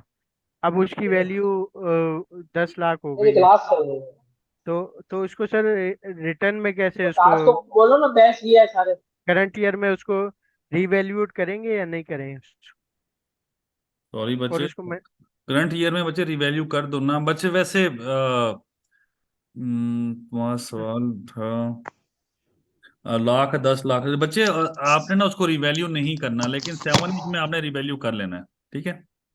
ठीक। और अगर सर 7 अप्लाई नहीं हो रहा हो उसके ऊपर, तो रहने दो मतलब वो ना, वो कोई ढाई मसला नहीं, करोड़ उधर से डिक्लेयर कम कर में। दो उसको। उसको एग्जाम डिक्लेयर कर दो ना 7E में ही। एग्जाम डिक्लेयर करने ठीक। की तो ऑप्शन है ना आपके पास, कर दो उसको। चल ठीक है काशिफ सर। अंसारी बच्चे, क्वेश्चन है तो पूछो। चलो अब। सर मेरी आवाज आ रही है आपको? जी सर, आ रही है आपकी आवाज। सर मुझे सिर्फ ये आपसे पूछना था कि इसमें आज के लेक्चर में आपने कोई सोल प्रोप्राइटरशिप के मतलब कुछ भी नहीं बताया, या इसमें नहीं मतलब बताया। वो, और इसमें आप कल तक बता देंगे या उसके बाद कोई और नेक्स्ट टॉपिक है? नेक्स्ट टॉपिक है बच्चे इंशाल्लाह। तो सर इसमें सोल प्रोप्राइटरशिप पे भी थोड़ा सा नजरसानी करें आप। सर नजरसानी हो जाएगी सर, क्यों टेंशन लेते हैं? बिजनेस इनकम है, बिजनेस इनकम छोटा टॉपिक है। वो बिजनेस इनकम के साथ होगा, 6 से 8 लेक्चर चलेंगे इंशाल्लाह। तो टेंशन क्यों लेते हो? अच्छा। नजरसानी चलें। नजरसानी है बच्चे। चलें, शुक्रिया सर, बहुत शुक्रिया कोई आपका। मसला नहीं जी। थैंक यू वेरी मच बच्चों। आई होप अल्लाह करे आपको कुछ समझ आया हो और आपके काम हल। अस्सलाम वालेकुम वश गलती हो गई। सर। हेलो, अस्सलाम वालेकुम। हाँ बच्चे। अच्छा सर, मेरा एक सवाल है कि मैंने रजिस्टर्ड किया था अपने आप को 2 साल पहले, लेकिन इश्यू ये है कि मैं पासवर्ड जो है ना वो भूल गया हूँ। और जिस ईमेल पे पासवर्ड था मेरा, रजिस्टर्ड ईमेल थी, वो भी मेरे पास नहीं है। और सिम रजिस्टर्ड है वो भाई की थी, वो भी अब नहीं है यूज में। तो मुझे पासवर्ड रीसेट करने के लिए मुझे गाइड कर दें कि मुझे क्या करना होगा, क्योंकि मुझे रिटर्न अगर फाइल करनी है तो उस हवाले से एफबीआर मैं, जाके क्योंकि ना, एफबीआर जाके अपना मोबाइल नंबर और ईमेल अपडेट करवा दो। ठीक है। एफबीआर अच्छा जाके जो भी आपका नजदीकी टैक्स ऑफिस बनता है वहां जाके अपडेट करवाओ। ईमेल भी चेंज कर देंगे और मोबाइल नंबर भी चेंज कर देंगे। उस पर फिर फॉरगॉट पासवर्ड करके अपना लॉगिन वगैरह मंगवा लो। फॉरगॉट पासवर्ड करोगे, नया पासवर्ड लगा लोगे, तो इस तरह हो जाएगा। अच्छा, इसमें सर एक उस इशू चीज ये के है एफडीआर चार्जेस तो नहीं लेंगे? नहीं बच्चे, कोई चार्ज नहीं है। जी आसिफ बच्चे अच्छा बोलो। इसमें रिटर्न अच्छा इसमें रिटर्न कोई एप्लीकेशन उनको सबमिट करवाना पड़ेगी, या कोई प्रिस्क्राइब्ड फॉर्म है वो जो सबमिट करवाना पड़ेगा? बच्चे उनके पास चले जाओ, वो वैसे ही कर देते हैं, कोई रिटर्न फॉर्म वगैरह कुछ नहीं चाहिए। अच्छा, जाना लाजमी पड़ेगा, क्योंकि जी बच्चे, मेरा जाना जो है लाजमी वो पड़ेगा। फैसलाबाद रीजन था मेरा आरटीओ, ठीक है, और अभी मैं इस वक्त फिलहाल कराची में बैठा हूँ। तो कराची तो वाले जब मुझे टैक्स ऑफिस में चले जाओ। अच्छा, वहां पे चले जाए मेरे। हम्म, ठीक, थैंक यू सर। नमस्कार। अल्लाह हाफिज बच्चों। बहुत शुक्रिया अल्लाह आपसे। हाफिज़। Highly appreciate sir, highly appreciate. Not a problem. ओए sir Sharjeel, I have a question. Lease property भी एसेट्स में लिखनी है या सिर्फ प्रॉपर्टी की ओनरशिप हो? लीज प्रॉपर्टीज बच्चे, अगर जो ओनरशिप हो तो वो तो लिखनी लिखनी है। जो लीज प्रॉपर्टीज हैं बच्चे, उसकी जितने हद तक ओनरशिप हो गई है, जितने पैसे पे कर चुके हो, उसको एनी अदर एसेट्स में डाल दो तो बेहतर है। Thank you very much. अल्लाह हाफिज। इंशाल्लाह कल मिलते हैं। अल्लाह हाफिज़। हाफिज। अल्लाह हाफिज सर। अल्लाह हाफिज। अल्लाह हाफिज।